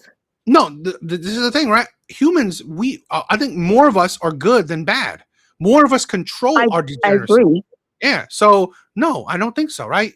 I don't equate our bad, right? The few, because let's say even hypothetically during the time of, let's say, slavery, very few people actually owned slaves, but yet we blame all of white culture, all of white people for slavery. We blame all of America for slavery, right? This is the thing where I think that's ridiculous, right? We constantly use the bad to cover the whole of whatever, right? And we do that with everything, right? We do this with black people. We do this we do it with everyone, right? We always like put a big emphasis on the negative, right? And I this is why I think that no, I mean, like, it's there, but again, yes, that's why you should never paint a broad, as they say, you should never paint a broad something with a broad brush or something like that. Broad stroke.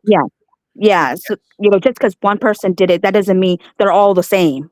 Yes, I agree. Yes. And then that's what I mean by, like, privilege was white privilege was more, was prevalent, in the past, but like, that's what I'm saying. And nowadays, no, because we are now more aware of everything, as time moves on. Yeah, there's only, in little cases, here and there. That's it. Let's see if we could get on the same page. I can agree with you that there was once white privilege. Why can I agree with that, right? There was once at a time where universities, stores, whatever, was whites only. It doesn't matter if you're poor, doesn't matter if you're wealthy, just about your skin tone. That is when I say there's white privilege, because they cared, because society cared because of your skin tone, right? That's where I mean, where we could find maybe yo, why? What is up, my brother? Long time no see. Hope you're doing well. How is the fishing? How is the fishing, my brother? That's where I can be on the same board with you. This is why I say was when I saw white privilege, right? Where people made it a fact, made it a point. Because you're white, I'm going to do this for you. Because you're white, you can go here. But because you're black, you can't go here. That is when I say, yes, 100%, there was white privilege. Today, 2026, I'm sorry, there's no clear example of white privilege, right? Because for every one case of, let's say, like we were talking about, a white judge being lenient to a white defendant, I can say a black judge being lenient to a black defendant, right? I just don't see that. And I don't even see it. It's because of race, right? It's because of our individual biases, right? Now this is the thing. Now it's on the individual level. Before, it was on the societal level, right? Laws or societal. So it was more consistent, right? The logic was more consistent where I can see the privilege, right? That is how I can, yes, agree that there was white privilege. Today, I can't not apply that same logic today because there's no white only places. Hell, there are places where, you know what? There are black only places, right? Certain clubs, certain whatever, right? Certain universities. Or, you know what? Women are pushing. I just did this a video of a woman said there should be more women only gyms. So it's like, okay, so it's consistent to only, it's like, so that's why it's like hard for me to say that, okay, there's white privilege. No, there's biases, human biases. But I agree. This is why the basis of, yes, there was a time in history. I agree 100%. There was white privilege and it shows and it was consistent. That privilege was an actual privilege and it was consistent, right? Black people didn't experience this. No one else experienced it. Only white people, thanks to their skin tone. Yes. So, like another example would be like, Hollywood, right? And this is what I mean by like, oftentimes, yeah, people, the way we, whenever we hear white privilege, it's sort of like, sounds like a knock on white people or a shot of a diss at white people. But no, like privilege, like in Hollywood, you know, um, there white people were, if you were to give see who got the roles and stuff, it's white people. But it's not because, it's not necessarily because of because they're white, the white skin. It's because the white people were the majority of the people. They were just the majority of people. There are some, there's some off cases where, the role is supposed to be played by, a black person or a Mexican or Asian, and a white person got it, right? But see, and that's what I mean by like in today's time, because when we are more aware of stuff like that, it doesn't happen anymore. Yeah. It hardly ever happens. Yes, yeah. we are progressing as a nation. Yeah. Okay. Yeah. We'll move on. Big Bars, what is up, my brother? What's up with you? How you doing, Ray? Yeah, I just want to chime in on what y'all was talking about Yeah. real quick, and then we can move on. I'll let you end out on the on this topic, and we'll move on. Yeah, I think I'm the history guy. I'm a history buff, and I Okay. think that taking if you really truly take history into account, there I'm not now. I agree with you. We went from privilege to more of a bias, more of a tribalism, maybe. Mm-hmm. Now, you know, I agree with that point. But then I also agree with Ray. If if a certain amount of people was held back for so long, it is privilege, really. It kind of is because they had just like the N word people and what they did to the J word people. You know what I'm saying? They took all their riches, they took all their stuff, and that is privilege. Where you think all these rich people got how they got rich? A lot of these people they got rich because they stole from other people. You Yeah. know, and so it's kind of Hmm. like y'all both in a way are right, and I feel like y'all both are kind of right.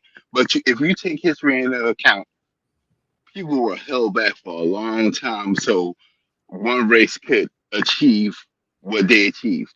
You know what I'm saying? They did, in my opinion, they didn't do it by the grit, pulling themselves up by their bootstraps. They did a lot of pillaging to get where they are. So in my opinion, you kind of see that as in a way kind of privilege. But I agree with you. We have moved from white privilege to maybe more of a bias, maybe more of a tribalism, you know. Hmm. But Hmm. I can't ignore that what Ray said about the how people get different times for for the same thing. That does happen highly. You'll have somebody with a key that gets 5 years, and then you have somebody with a key that gets 15 years.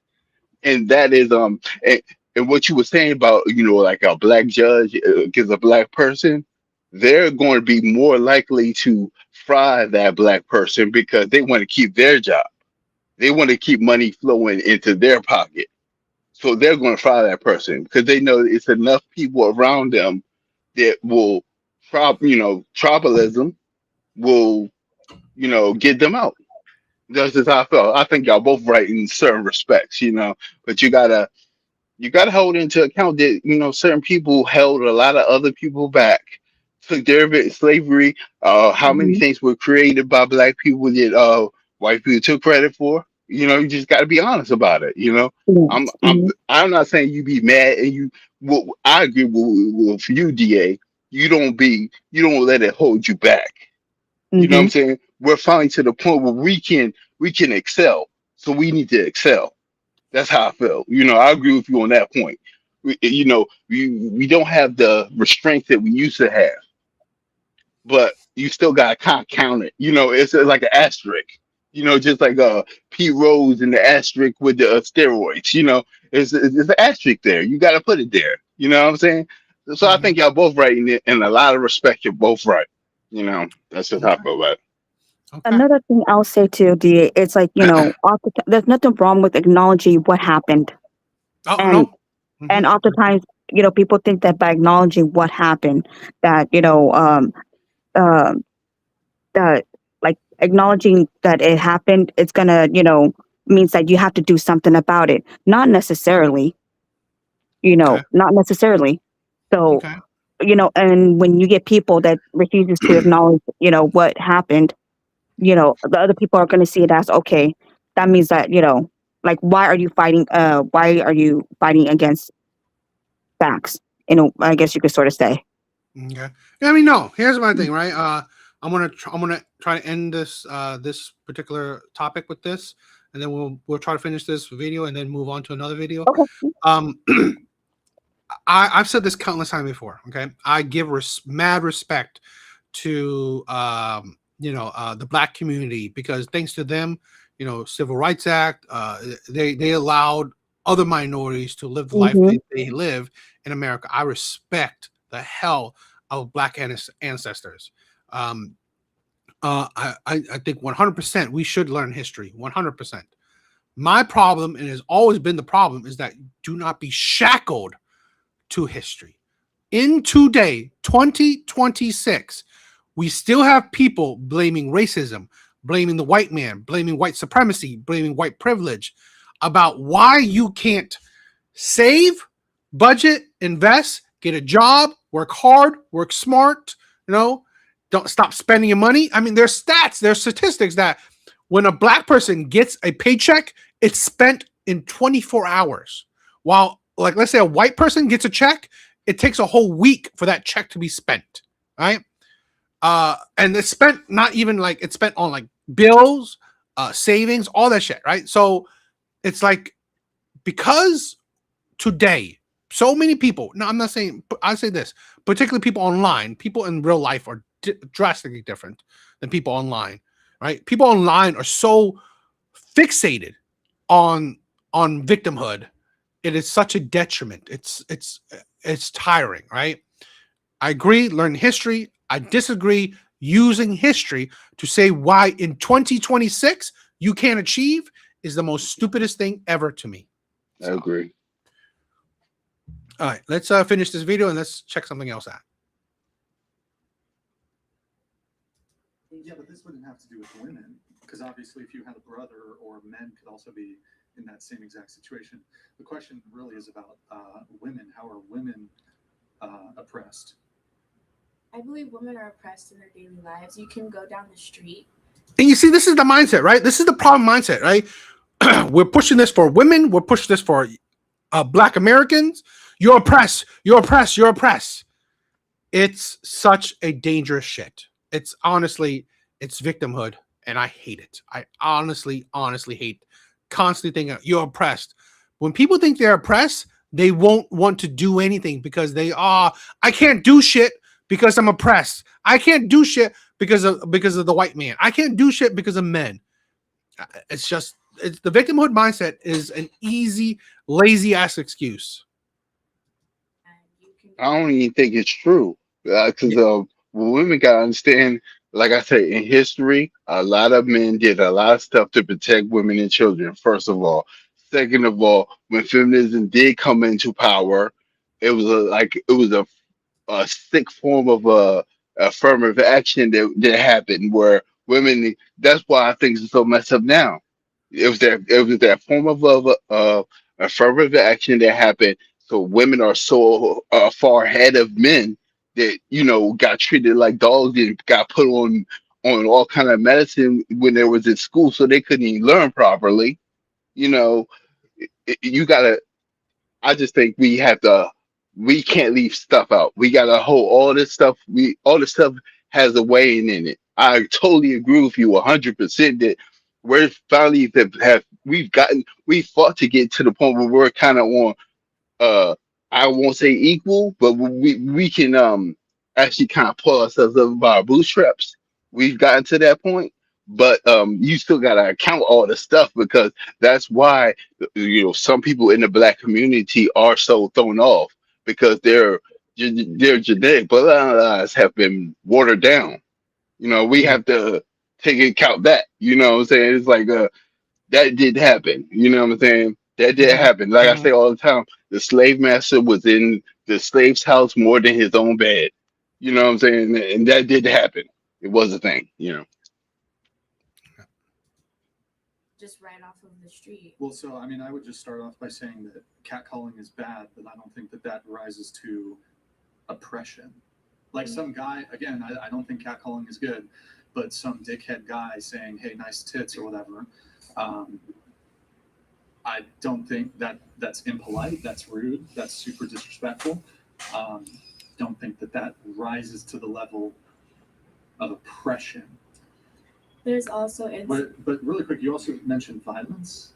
Yeah, for instance. I didn't want to glance over that. You said violence. So Yes. Yeah. Like if you can go to the bar with you can sit on the bench for the bus and wait for the bus. And if you're not harassed, I think every woman has experienced harassment at least once in her life by a man doing a regular everyday thing. I think when it becomes so prevalent in society that it becomes a form of oppression. Well, I'm with you there in the sense that yes, women do get harassed. You'll perhaps be approached and it's unwanted. Not even going to contest that. But I was asking you about violence. So I believe harassment is a form of violence. Well, that is another problem I have with I'm sorry, this is an unintelligent woman. Right? This is an unintelligent woman. This is the problem I have with people like this today. Saying harassment is violence is absolutely spitting on women that actually receive violence. Did you know that a lot of these stats that are pushed around today about women are being experienced like what is it 3 out of 5 women experience SA. Do you know a lot of these stats, these studies with SA, women will say SA is you touching their shoulder. Women say SA is you hugging them inappropriately. Women say SA is like you giving them unwanted attention. Just like this woman saying, right? Harassment is violence. Just like what Brian was saying, yes, that's disgusting. That's disrespectful. That's not cool. But this is the problem where a lot of women don't realize. Just like how women say, "Oh, you know what? false accusation is not that big of a deal, right? Or they don't chastise women that falsely accuse men, because you don't realize that mars the actual victims, right? That lessens. You don't realize that if women don't like take accountability or hold other women accountable, right? How dare you say harassment is violence? Because that means that now men think that, okay, if women that experience actual violence, they say you probably didn't experience violence. He probably just catcalled you, right? So it lessens the degrees of actual victims. And this is the problem I have with the left, with women like this, with modern day feminism. These women are absolutely the reason why, honestly, a lot of men are not on women's side, because this delusion, this stupidity of so many women. Okay, you are hurting actual victims with mindset like this, and this is why I find this honestly utterly disgusting. I really do. Yeah, Because it's not violence. It's not violence, but then it can be, the sort of how do you say it, like the gateway to violence, if that makes sense. You know, like it could lead to it. That's what it is. I mean, to But be honest, it as itself, are you saying, what do you think sexual harassment is? sexual harassment is actual sexual. I mean, like, in my opinion, right? Sexual harassment should be actual, you know, let's say a man touches your your boobs, your ass, your private parts, right? I think that is more sexual harassment. Today, people say that if I hug you, if I put my hand on your shoulder, even if I bumped you, right? That can be SA to a lot of these women in a lot of these studies where they say, "Oh, I've been harassed, SA'd, right, by these men." But I mean, the women that actually, because you got to think about this: if you use the lesser of crimes to be on equal terms with the higher crimes, that means the higher crimes, when it happens, people may misconstrue that as just a lesser crime, right, or a lesser act, and that's the problem. Okay, you can't say a man that harassed you as violent. You can't say a man that hugged you inappropriately, or approach you inappropriately, or bumped your shoulder, put a hand on your shoulder, whatever, as actual SA. It's inappropriate, it's inappropriate, it's disgusting, it's disrespectful, but it mars the actual words, right? It because we would hope that the word SA is extreme, because it should mean something, right? Harassment, violence, all these words, they should mean something. But when you put it at a lesser degree, it just makes things weak. Self-made black in the chat, actually, I think that's um I think he defined it like perfectly, as in, harassment, see, can lead to violence. And sure, they are related, not the same, saying as both are equal. Yes, it can lead to it, not saying that it is. And I don't disagree. when she said that it is, yeah, that's where she's wrong. Yes. Yeah, I don't disagree, but here's the thing where it's just um it's a slippery slope, right? It's a slippery slope where should we punish people for the may happen? It's a Right. slippery slope. It Right. really is. Okay. So you're saying we shouldn't I, punish it? You shouldn't punish harassment? Everything, there's levels to it. That's the thing. Yeah. You know, it's we have to be more specific. When we talk about stuff like this, like the level of it, because sometimes I'm referring to the level spectrum, whatever you want to call it, right? Oftentimes we think the extreme case, while this person maybe just be referring to the lighter uh, spectrum of it, or lighter level of harassment. Because harassment, it refers to this persistent unwanted behavior or communication intended to distress, annoy, or intimidate someone, whereas violence involves the actual attempted or threatened use of physical force likely to cause bodily injury. While harassment can escalate to violence, they are distinct in both legal definition and execution. no, I mean, I again, agree with I you. agree that it's harassment, right? A man that doing all that stuff is harassing you 100%. I just think that we should categorize it correctly, right? Yeah. Uh-huh. Because it could mar the actual, other, like I said, if a man hugs you inappropriately, he's harassing you 100%. He's not essaying you. I'm sorry, he's not. So that's my thing. I think that the word she used in the definition, persistent, and I think Hmm. that's the thing. I think first of all, when I say women, I'm not talking to Ray. She's a sensible woman. I'm not talking to her. I think it would be kind of asinine to group everybody when making a statement. I think I shouldn't have to necessarily say some women or most women. I should be Right. able to say just women. And if it hit those holler, hit those holler. But Yeah, I I think what agree. you said persistent. And I think that in some ways women have been coddled so much that they think that if somebody approaches them one time, it's SA or harassment, and it's not. It If I hug somebody one time and then they tell me I'm not comfortable with that and I continue, that is harassment. But if Hmm. I stop, it's not harassment. You told Right. me what it was. I made my move. You told me I'm not open to that move, and that's okay. We were good. That's not harassment. That's not SA. That's not nothing. That's just human interaction. I think we're mixing human interaction with SA and harassment, which Yeah. is Hmm. a very slippery slope. Very slippery slope. Okay, And like, so I want to do this, right? I'm going to. I don't know if you've seen it, right? Dizzy in the chat. She's controversial. mm, She wants to come up. I'm gonna let her up because it might be something. So please, right? I know you guys might. Who knows what you guys will say to each other? So please try your best to be respectful. Try your best to, let's keep it fun, right? If you're gonna say something, fine, but it's like just try not to be crazy, right? mm, I just have a little bit of decorum, right? I get it. You, Jessica or Dizzy, I know you're gonna be controversial, but I want to give people voices, right? So I'll give people chances. Hopefully you won't be too extreme, but it might be fun. Jessica, Yeah. what is up? Hey. Oh, What? I didn't know. Interesting name. Uh, Excuse me. Dizzy, right? Hi. Is that the same one as the username as Dizzy? No. No. I'm Jessica. Okay, okay. But I mean, is that's not the same person in the chat, right? Dizzy or no? I don't know what you're talking about. Okay, so wrong person because someone else was I. asking to come up. So what's up? What's up? Well, I'm here.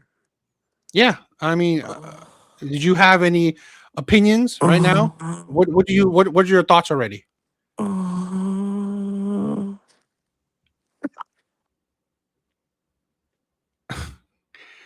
Okay, mm, wrong mm, person. Wrong person because I know Dizzy was asking to come up. I thought it was just a different person. Trolls are mm. trolls, right? It happens, right? It It's all happens good. to you. Mm. I don't mind. Trolls will always come. All right, let's continue. I'm not trying to minimize that women can feel uncomfortable when they get. No, I think it was a guy trolling.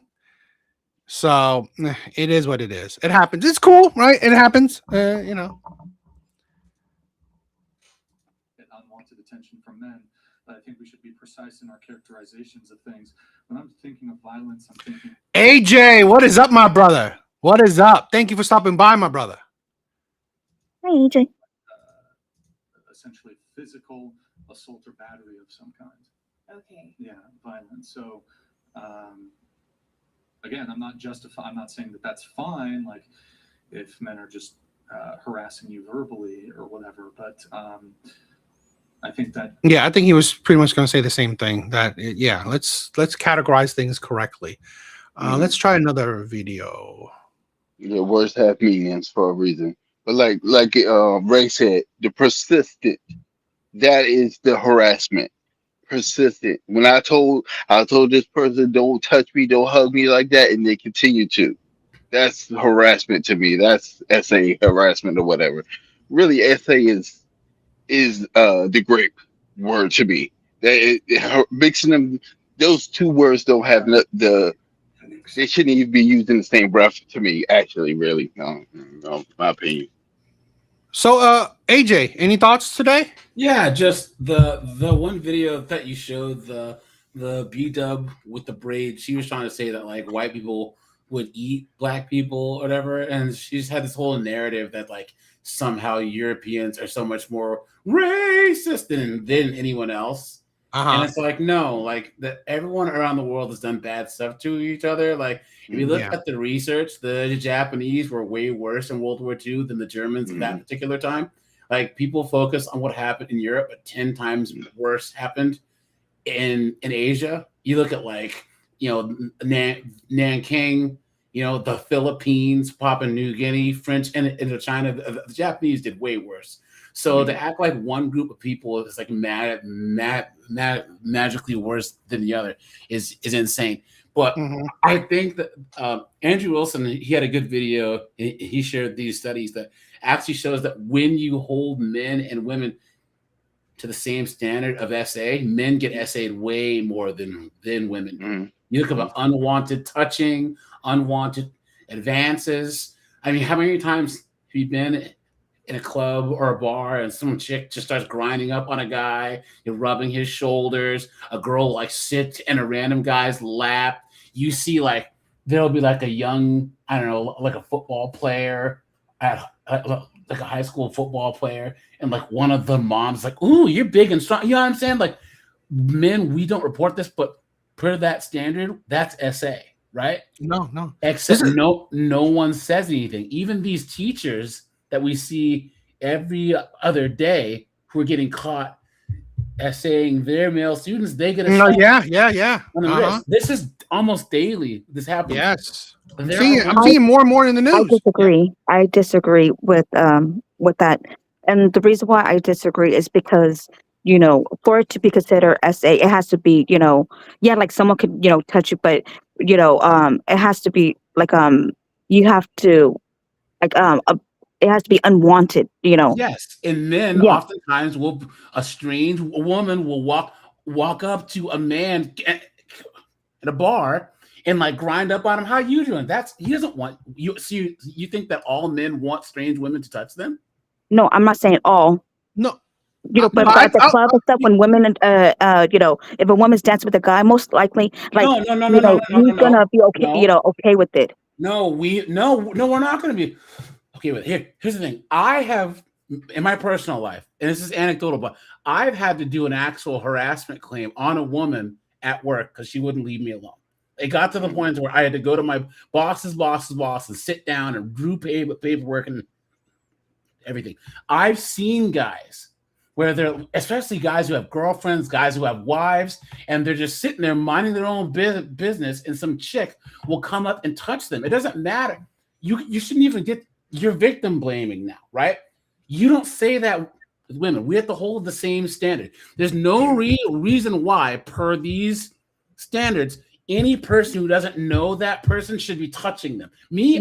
Yes, I agree. Yes. I'm an extrovert, but I hate strangers touching me. And I'm 6'3", so I'm a large guy, so I take up space. But I don't like people touching me, especially as I get older. I've always been like, what happens is that we naturally think, well, she's a 5'4" little chick, so he's not threatened. But at the same time, men should be able to protect their person, should be able to have their private space. And this is an instinct. This is a societal conditioned thing, yes, where we think that women aren't an actual threat. But now there's all this data saying that women tend to break the physical touch barrier in DV cases first. So they pass all of these laws where if the cops get called for DV, someone needs to go to jail. But if you look at all these body cam videos and all this, 9 times out of 10, the woman goes to jail because she's scratching, kicking, and he's trying to hold her off. In general, if you look at the studies now, men are actually SA'd at equal rates, if not more. But here's the kicker, and DA knows this too because he said this once on his show. When they talk, we know the R word, the grape word. That's a clear definition. When they made SA, they made it so broad that you can call it anything. Yeah, I said that. Except when a man's involved, and then all of a sudden he can't get SA. My point is, they defined the R word as any unwanted act of sex. The feminists, now change it to it has to be a penetrative act. What that does is, per the law, it makes it impossible for a woman to do that to a male unless she takes an object and does it. Do you see how they make the R word as if it's intrinsically a gendered act when they change the law to where it has to be a penetrative act, which means that that's going to skew towards one sex, which are males. But if you take that standard away to how it used to be, that's unwanted sexual contact, all of a sudden it skews way towards women. And then my brother went to school in Vegas, so a lot of the guys that he used to work out with at the gym, they were the Thunder from Down Under guys. Yes. You think men are crazy in the strip club? Women are 10 times more crazy. Yes. They have no boundaries at all. What I'm saying is, from my perspective, I just want there to be equal standards. Women get 45% less time for the equal crimes. And when it comes to SA and other things, they get no punishment. What I'm saying is, bury men under the jail, bury women under the jail. Men shouldn't be touching women. Women shouldn't be touching men in an unwanted. Keep your hands to yourself, people. Jesus. Because if I had a daughter and a son, I would feel equally bad if both of them. And you guys, here's the craziest thing, and I'll just head out here in a second. I read a thing when I first started doing Redpill stuff. Ask that so many young boys lost their V card to an older woman, a babysitter, their mom's friend, their female PE teacher.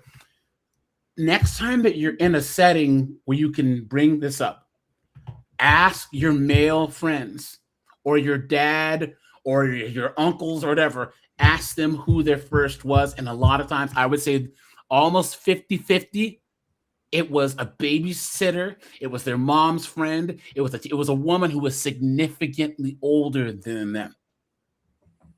Once you open this Pandora's box, it's absolutely insane when you hear how much this happens and no one says anything. And no minors should be engaged in this at all because it's damaging to boys and girls. But once you see how much no one cares about male victims of DV and SA and DA, I'll try and email you this, but there was a documentary in Australia about the woman who started the very first men's DV shelter, and her. Oh son, no, I know about it. Yeah. That was the one where her son was 6'7", 280, and his girlfriend was 5'2", 120, and she would beat him up, and he's like, "It's okay, mom, she can't hurt me." But the thing about women who abuse, it escalates and escalates and escalates because they feel like they can't hurt the guy. So she finally grabbed a kitchen knife. They said that she was so angry that the blade went through the guy and into the wood. That's how nuts that she was. And no one would help her son. And now she started this non-profit and tried to, that actually helps men who are victims. And she said she got so much pushback from the Australian government because they didn't think that was needed at all. So what I'm saying is that when it comes to this type of stuff, we need to understand. I hold men and women to the same standard. Saying that, we all know that men can be lying, cheating pieces of trash. We know this. Women can be lying, cheating pieces of trash too. You can say that so without saying you hate women. It's just saying, look, there's bad women, there's bad men. There's good women, there's good men. What I'm saying is that the good men and the good women need to band together, right? And shun the bad men and the bad women instead of the good women circling the wagons around the bad ones, just like us blacks do for freaking Nug and Glockavia. You know what I'm saying? The one thing big bars can attest to that black people needed to stop doing, productive blacks, middle class, upper class, whatever, we need to stop defending Nug Nug. In the sisterhood with you women, I'm telling you, the last thing that women need to do is defend these idiots in the same way that Asian women, Hispanic women, non-white women need to stop showing out for these white liberal feminists who can't stand you guys. They can't stand it. The moment that you add race in, look at how privileged white women are, and Asian women, Hispanic women, black women. These white women could care less about you guys. But when the time for votes comes, oh, they sure do want you guys then. So, but all right, guys, I'm gonna jump off. Sorry, Thank you for coming by, my brother. That you got a troll, man. You know, it's all good. I don't mind trolls. It's that all people good. have nothing better to do. So, it's all bye, good. guys. Take it later, easy. brother. Take it easy. You know, this I is agree with what you're saying. that is kind of why I'm 100% supportive of all of us have equal rights, right? Because at the end of the day, with equal rights, you have no one to blame but yourself. That is why I don't believe, you know, this is why I believe the things I believe in. Like, I don't believe in white privilege and all that shit. Because at today, 100% today, we have equal rights, right? No one is stopping you from achieving, only yourself. So if you want to blame anyone in society today, blame yourself. That's how I see it. And to be honest, even though I say take away the voting rights, I don't mean it, right? Because I hell, 100% women should vote, because if shit happens, we share the blame, right? You can't blame men for shit to happen because women are part of it. So exactly, so even if I say those certain things, right? I mean, to be honest, I don't believe women should not be able to vote. I believe most people shouldn't be able to vote, right? So, like, yes, I was being hyperbolic when I focus on women, but my true statement, my true belief is that I believe most people shouldn't vote. I believe you should have a basis for how you can vote, just not just because you're a citizen, or not just because you're, I don't know, 18 or whatever. So that's my thing. I think you should know something. You should have to know something to vote. You know, I'm like, I hate to, you know, bring everything to a standardized test, but you should know something. You should know when the country was you should know certain things you should know. You know what I'm saying? I mean, even if the test was 10 questions, you should know 5 or 6 of them. You know, that's just what it is. And I agree with AJ that you know, I agree with AJ that, you know, good men and good women need to band together against these bad men and bad women. But what I do notice, I kind of do notice, is that more a man will punch a bad man in the face for acting crazy against a woman. But a woman will, yeah, girl, a woman bigs up the insanity. I see that more than I see, you know, on the other hand. You're So it's right. like, Women, we need to do a better job at holding bad women accountable. Yes. yes, you need to break that sisterhood. You know, it's like a true sisterhood needs to come in, and I think men in some respects are on the precipice of having a real brotherhood. And I think if women broke away from the bad women, then that would create a new brother and sisterhood of actual good people. You know, and I think that needs to happen. Yeah. Yeah. Yo, great timing, right? TBD. I have another video, right? Maybe a little bit out of your, you know, both of your wheelhouses. It's going to be talking about the UK. Now, why I constantly from time to time I talk about the UK because I think UK is like a canary in the coal mine, right? Mm-hmm. Because the UK is so similar to the US.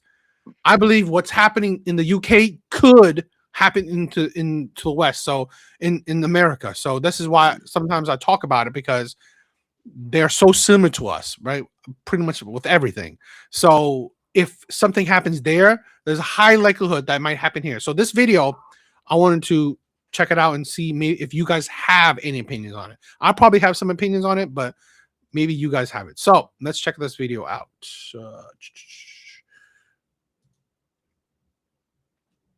One mile apart in London this weekend, in all senses other than geography, they couldn't be further apart.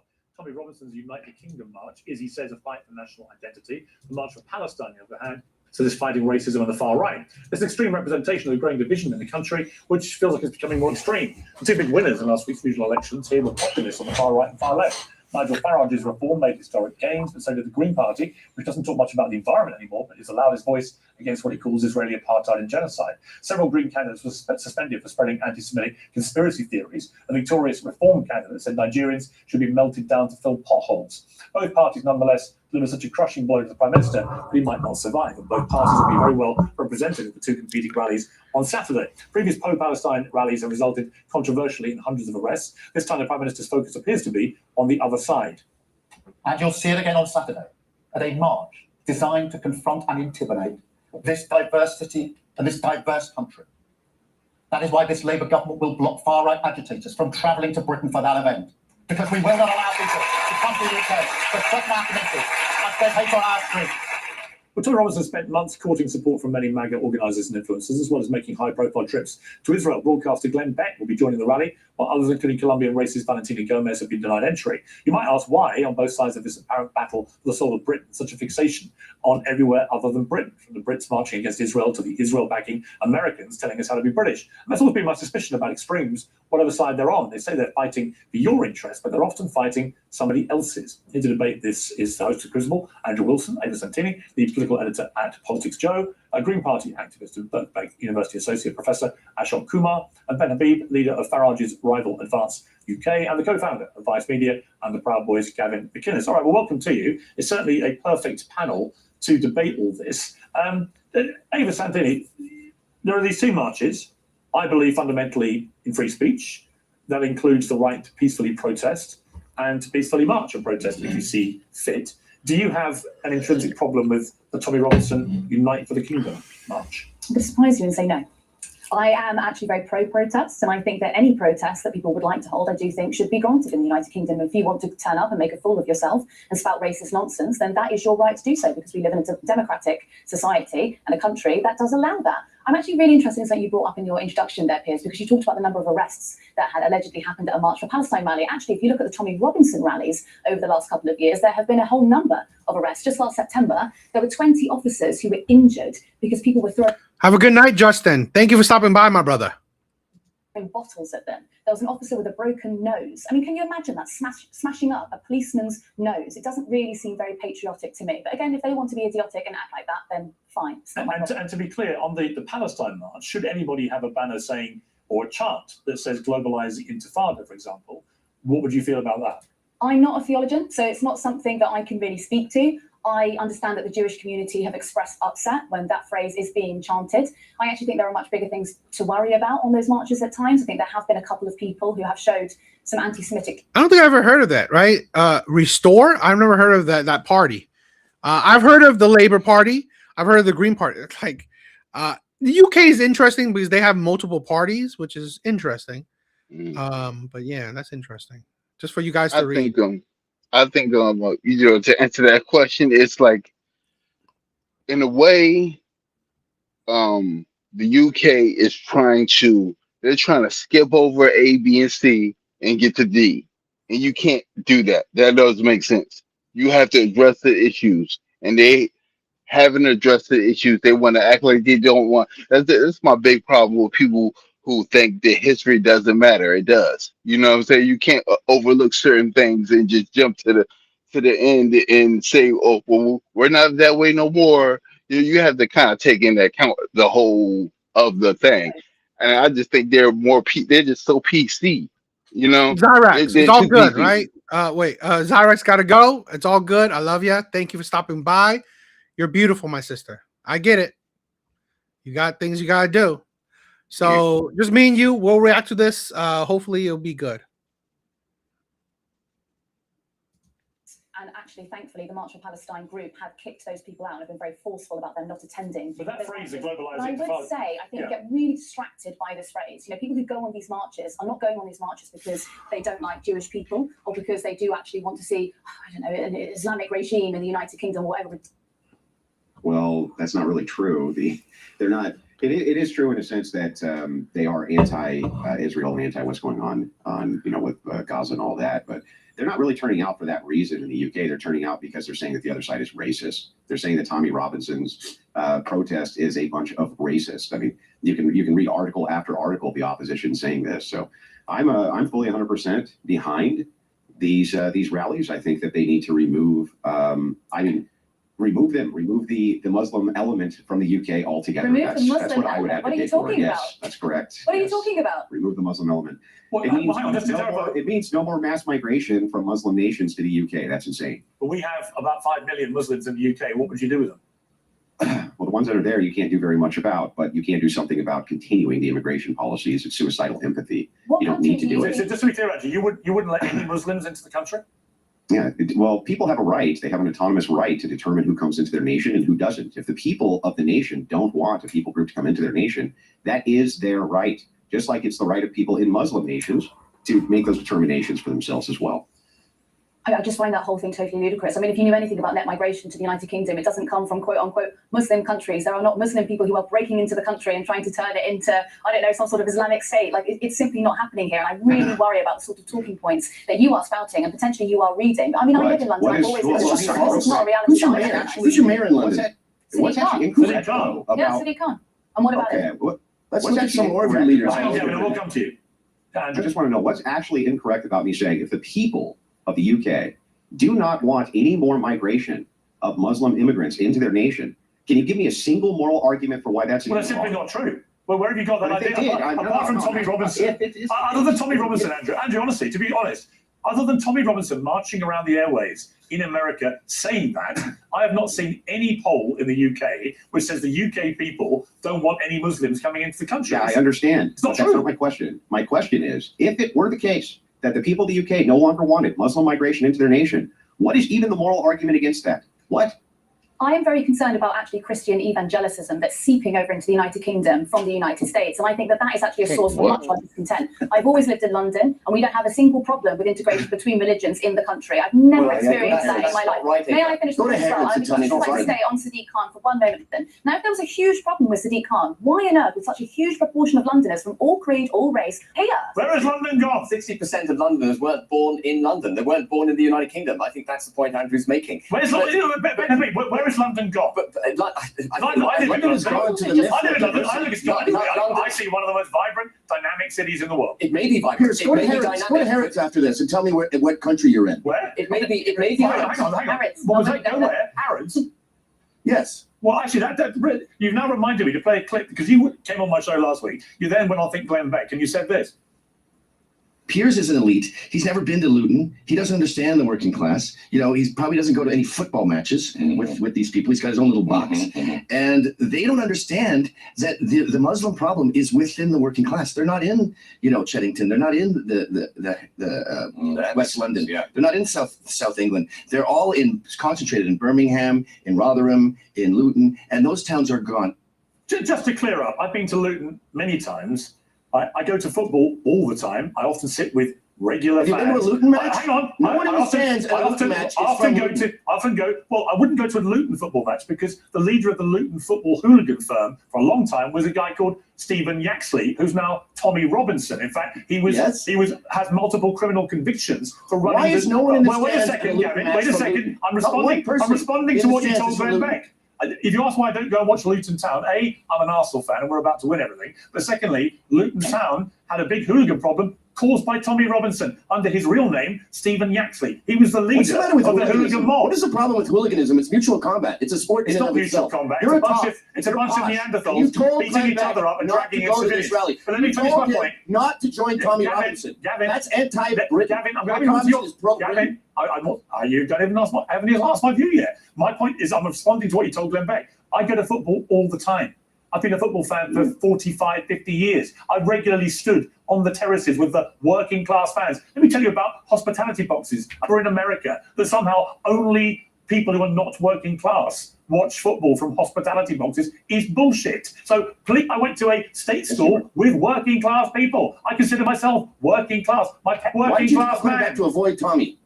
I'll tell you why, as long as his arm. You've tried to defend him. I got to do a thread, you said last year, on all Tommy's crimes. They showcase Britain's madness. Let's go through these crimes. Assault, 2005. Common assault, 2011. Leading 100-man football, repeated jailing. You don't know what the background. Hang on. Repeated jailing, being suppressed, libel action, and was ordered to pay £100,000 in credit in his film, and that was a repeat of the defamation, a breach of the contempt of court, and he went to prison for it. You're all being... He was guilty of the accusations made against him is academic. The point is that the civil case that was founded against Tommy Robinson was a civil case, and Lord Hermer politicised the whole thing. Lord Hermer being the Attorney General, So did Piers. a political appointment, ennobled in order to get him into the cabinet, decided to elevate the importance of that civil case to a criminal level. And he can only do that if he can convince himself that that is a matter of public interest. That jailing of Tommy Robinson in 2024 was a political jailing. No, it wasn't. Yes, it wasn't. It was, Oh, come there was a on. court order No. to stop him repeating his lies people who about preach- that Syrian This is why refugee. May 16th is There going was to a pop court off. order. Because of people like you. Yeah, No, it's going to be that. You're all being sold. Mark my words. You are all Here's being a problem. completely, Because of you're that all study being case. completely duped I've by Tommy studied- Robinson. I have By the a way, book. just I've call him studied the Stephen. case. His real name is Stephen. I've studied He's not the even case. called Tommy Robinson. I've studied the case. Wow.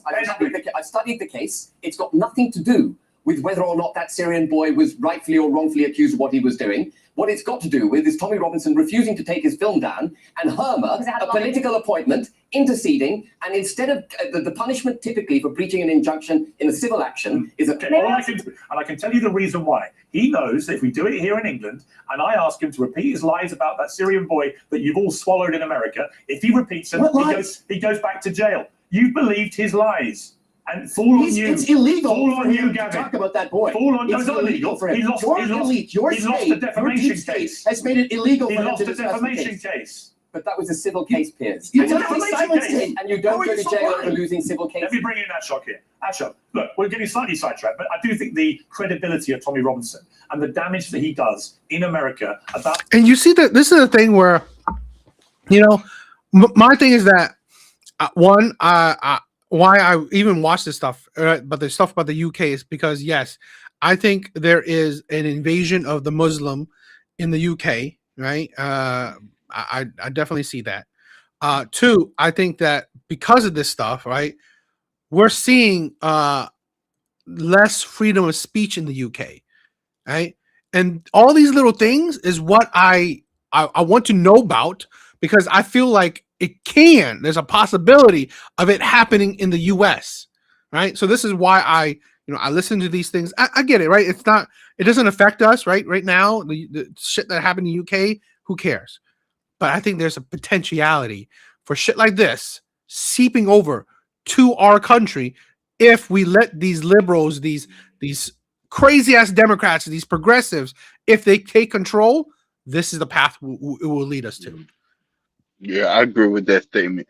And I think anybody from America, American citizen who defends somebody being able to come to this country, keep their citizenship in another country and operate in certain ways in this country, especially get loans and all that stuff, which I've witnessed firsthand appearance. People who I know just came over, get huge amounts of money to the bank. You know what I'm saying? Getting loans and all kind of crazy stuff. I think that's a little crazy. I think honestly, probably within 2 to 3 years, if you want to come over here, you want to be a citizen. Within 2 to 3 years, you should be making steps to become a citizen. You shouldn't be able to just come over here and have like the other video that we was watching where they had basically tribunals. They had Muslim tribunals over here that ruled over the Muslim population. That's crazy. That's a little crazy to me. And I agree with you that I think UK is a little bit. They have swallowed that PC pill. It might be the end of them. It might be the end of them because you can't just do that. And I would, if anybody wants to go to another country and try to do what they're doing in our country, they will not allow it. You will be locked up and you will be deported ASAP even. You know what I'm saying? You stay one day after your visa, they're coming to get you. Period. And I think it's a little crazy. People are defending it. I think it's what you said. It's young and dumb people. It's uninformed people talking too much, Yes, and people exactly. who have the knowledge letting them talk. I'm sorry. If you don't know about a subject, you shouldn't speak on it. That's how I Hmm. feel. No, Just like they say, if you don't have nothing good to say, don't say nothing. And it's the same thing. If you don't know about the subject, hey, I don't know about it. This is what I do know about it, and I'll look into it. And that's that. You know, but you having a real true opinion on it really doesn't matter because you don't even have all the facts. In my opinion. no, I agree. I agree. TBD, thank you, man. See you later, my brother. I just want to show that a little bit, right? That's it. Uh, I just like things that are happening in the UK. Just a little bit, a tidbit of their craziness, right? A lot of the UK citizens are fighting back, talking about it. So it's just a little bit of a thought process, right? But yes, that is it for that one, right? Big bars. That is it for tonight. Thank you for being here, my brother. Thank you, man. Nah, I love you. I love you. That is it for tonight. Hope you have a good day, good rest of the weekend. Later, my brother. Later. Guys, thank you guys for being here. That is it for tonight, right? That is it for tonight. I try to make it about 2 hours or so, right? So I thought it was interesting. I'm gonna watch this clip. I'm gonna watch this video on my own. But yeah, just to get more. I like learning about what's going on the other side. I just wanted a little bit of a thought process with everyone else. But yeah, that's it for tonight, guys. Please check out my other videos. Please like, subscribe if you haven't. Please comment on the other videos. Please check them out. Please check out my YouTube shorts. Right, I'm putting more videos for the YouTube short stuff, so please check that out. But yeah, that is it for tonight. Dizzy, thank you. I thought that was you, right? I thought you were going to come up, so I'm mistaken that whatever that troll for you. So, but thank you for stopping by, Justin. Thank you for stopping by, Evil Eddie. Thank you, my brother. I love this song that you did. Great song, right? Big bars. Thank you for being here. Self-made. Thank you, my brother, for being here. Zyrax. Thank you being here, sister. Machiavelli. Sorry, I couldn't say anything. People were talking, but thank you for stopping by, my brother. AJ, thank you for stopping by. I love you. Why? Hopefully, you have a good, safe trip on your fishing endeavors. Right? Love you, my brother. Miss you. It's been a while. Omni Man. Omni. I keep on thinking about the character, but yes, thank you for being here. Real Rain was here. Thank you for being here, my brother. Laughing Man, I love you. I love you, guys. You guys are amazing. But that is it for tonight. I love you.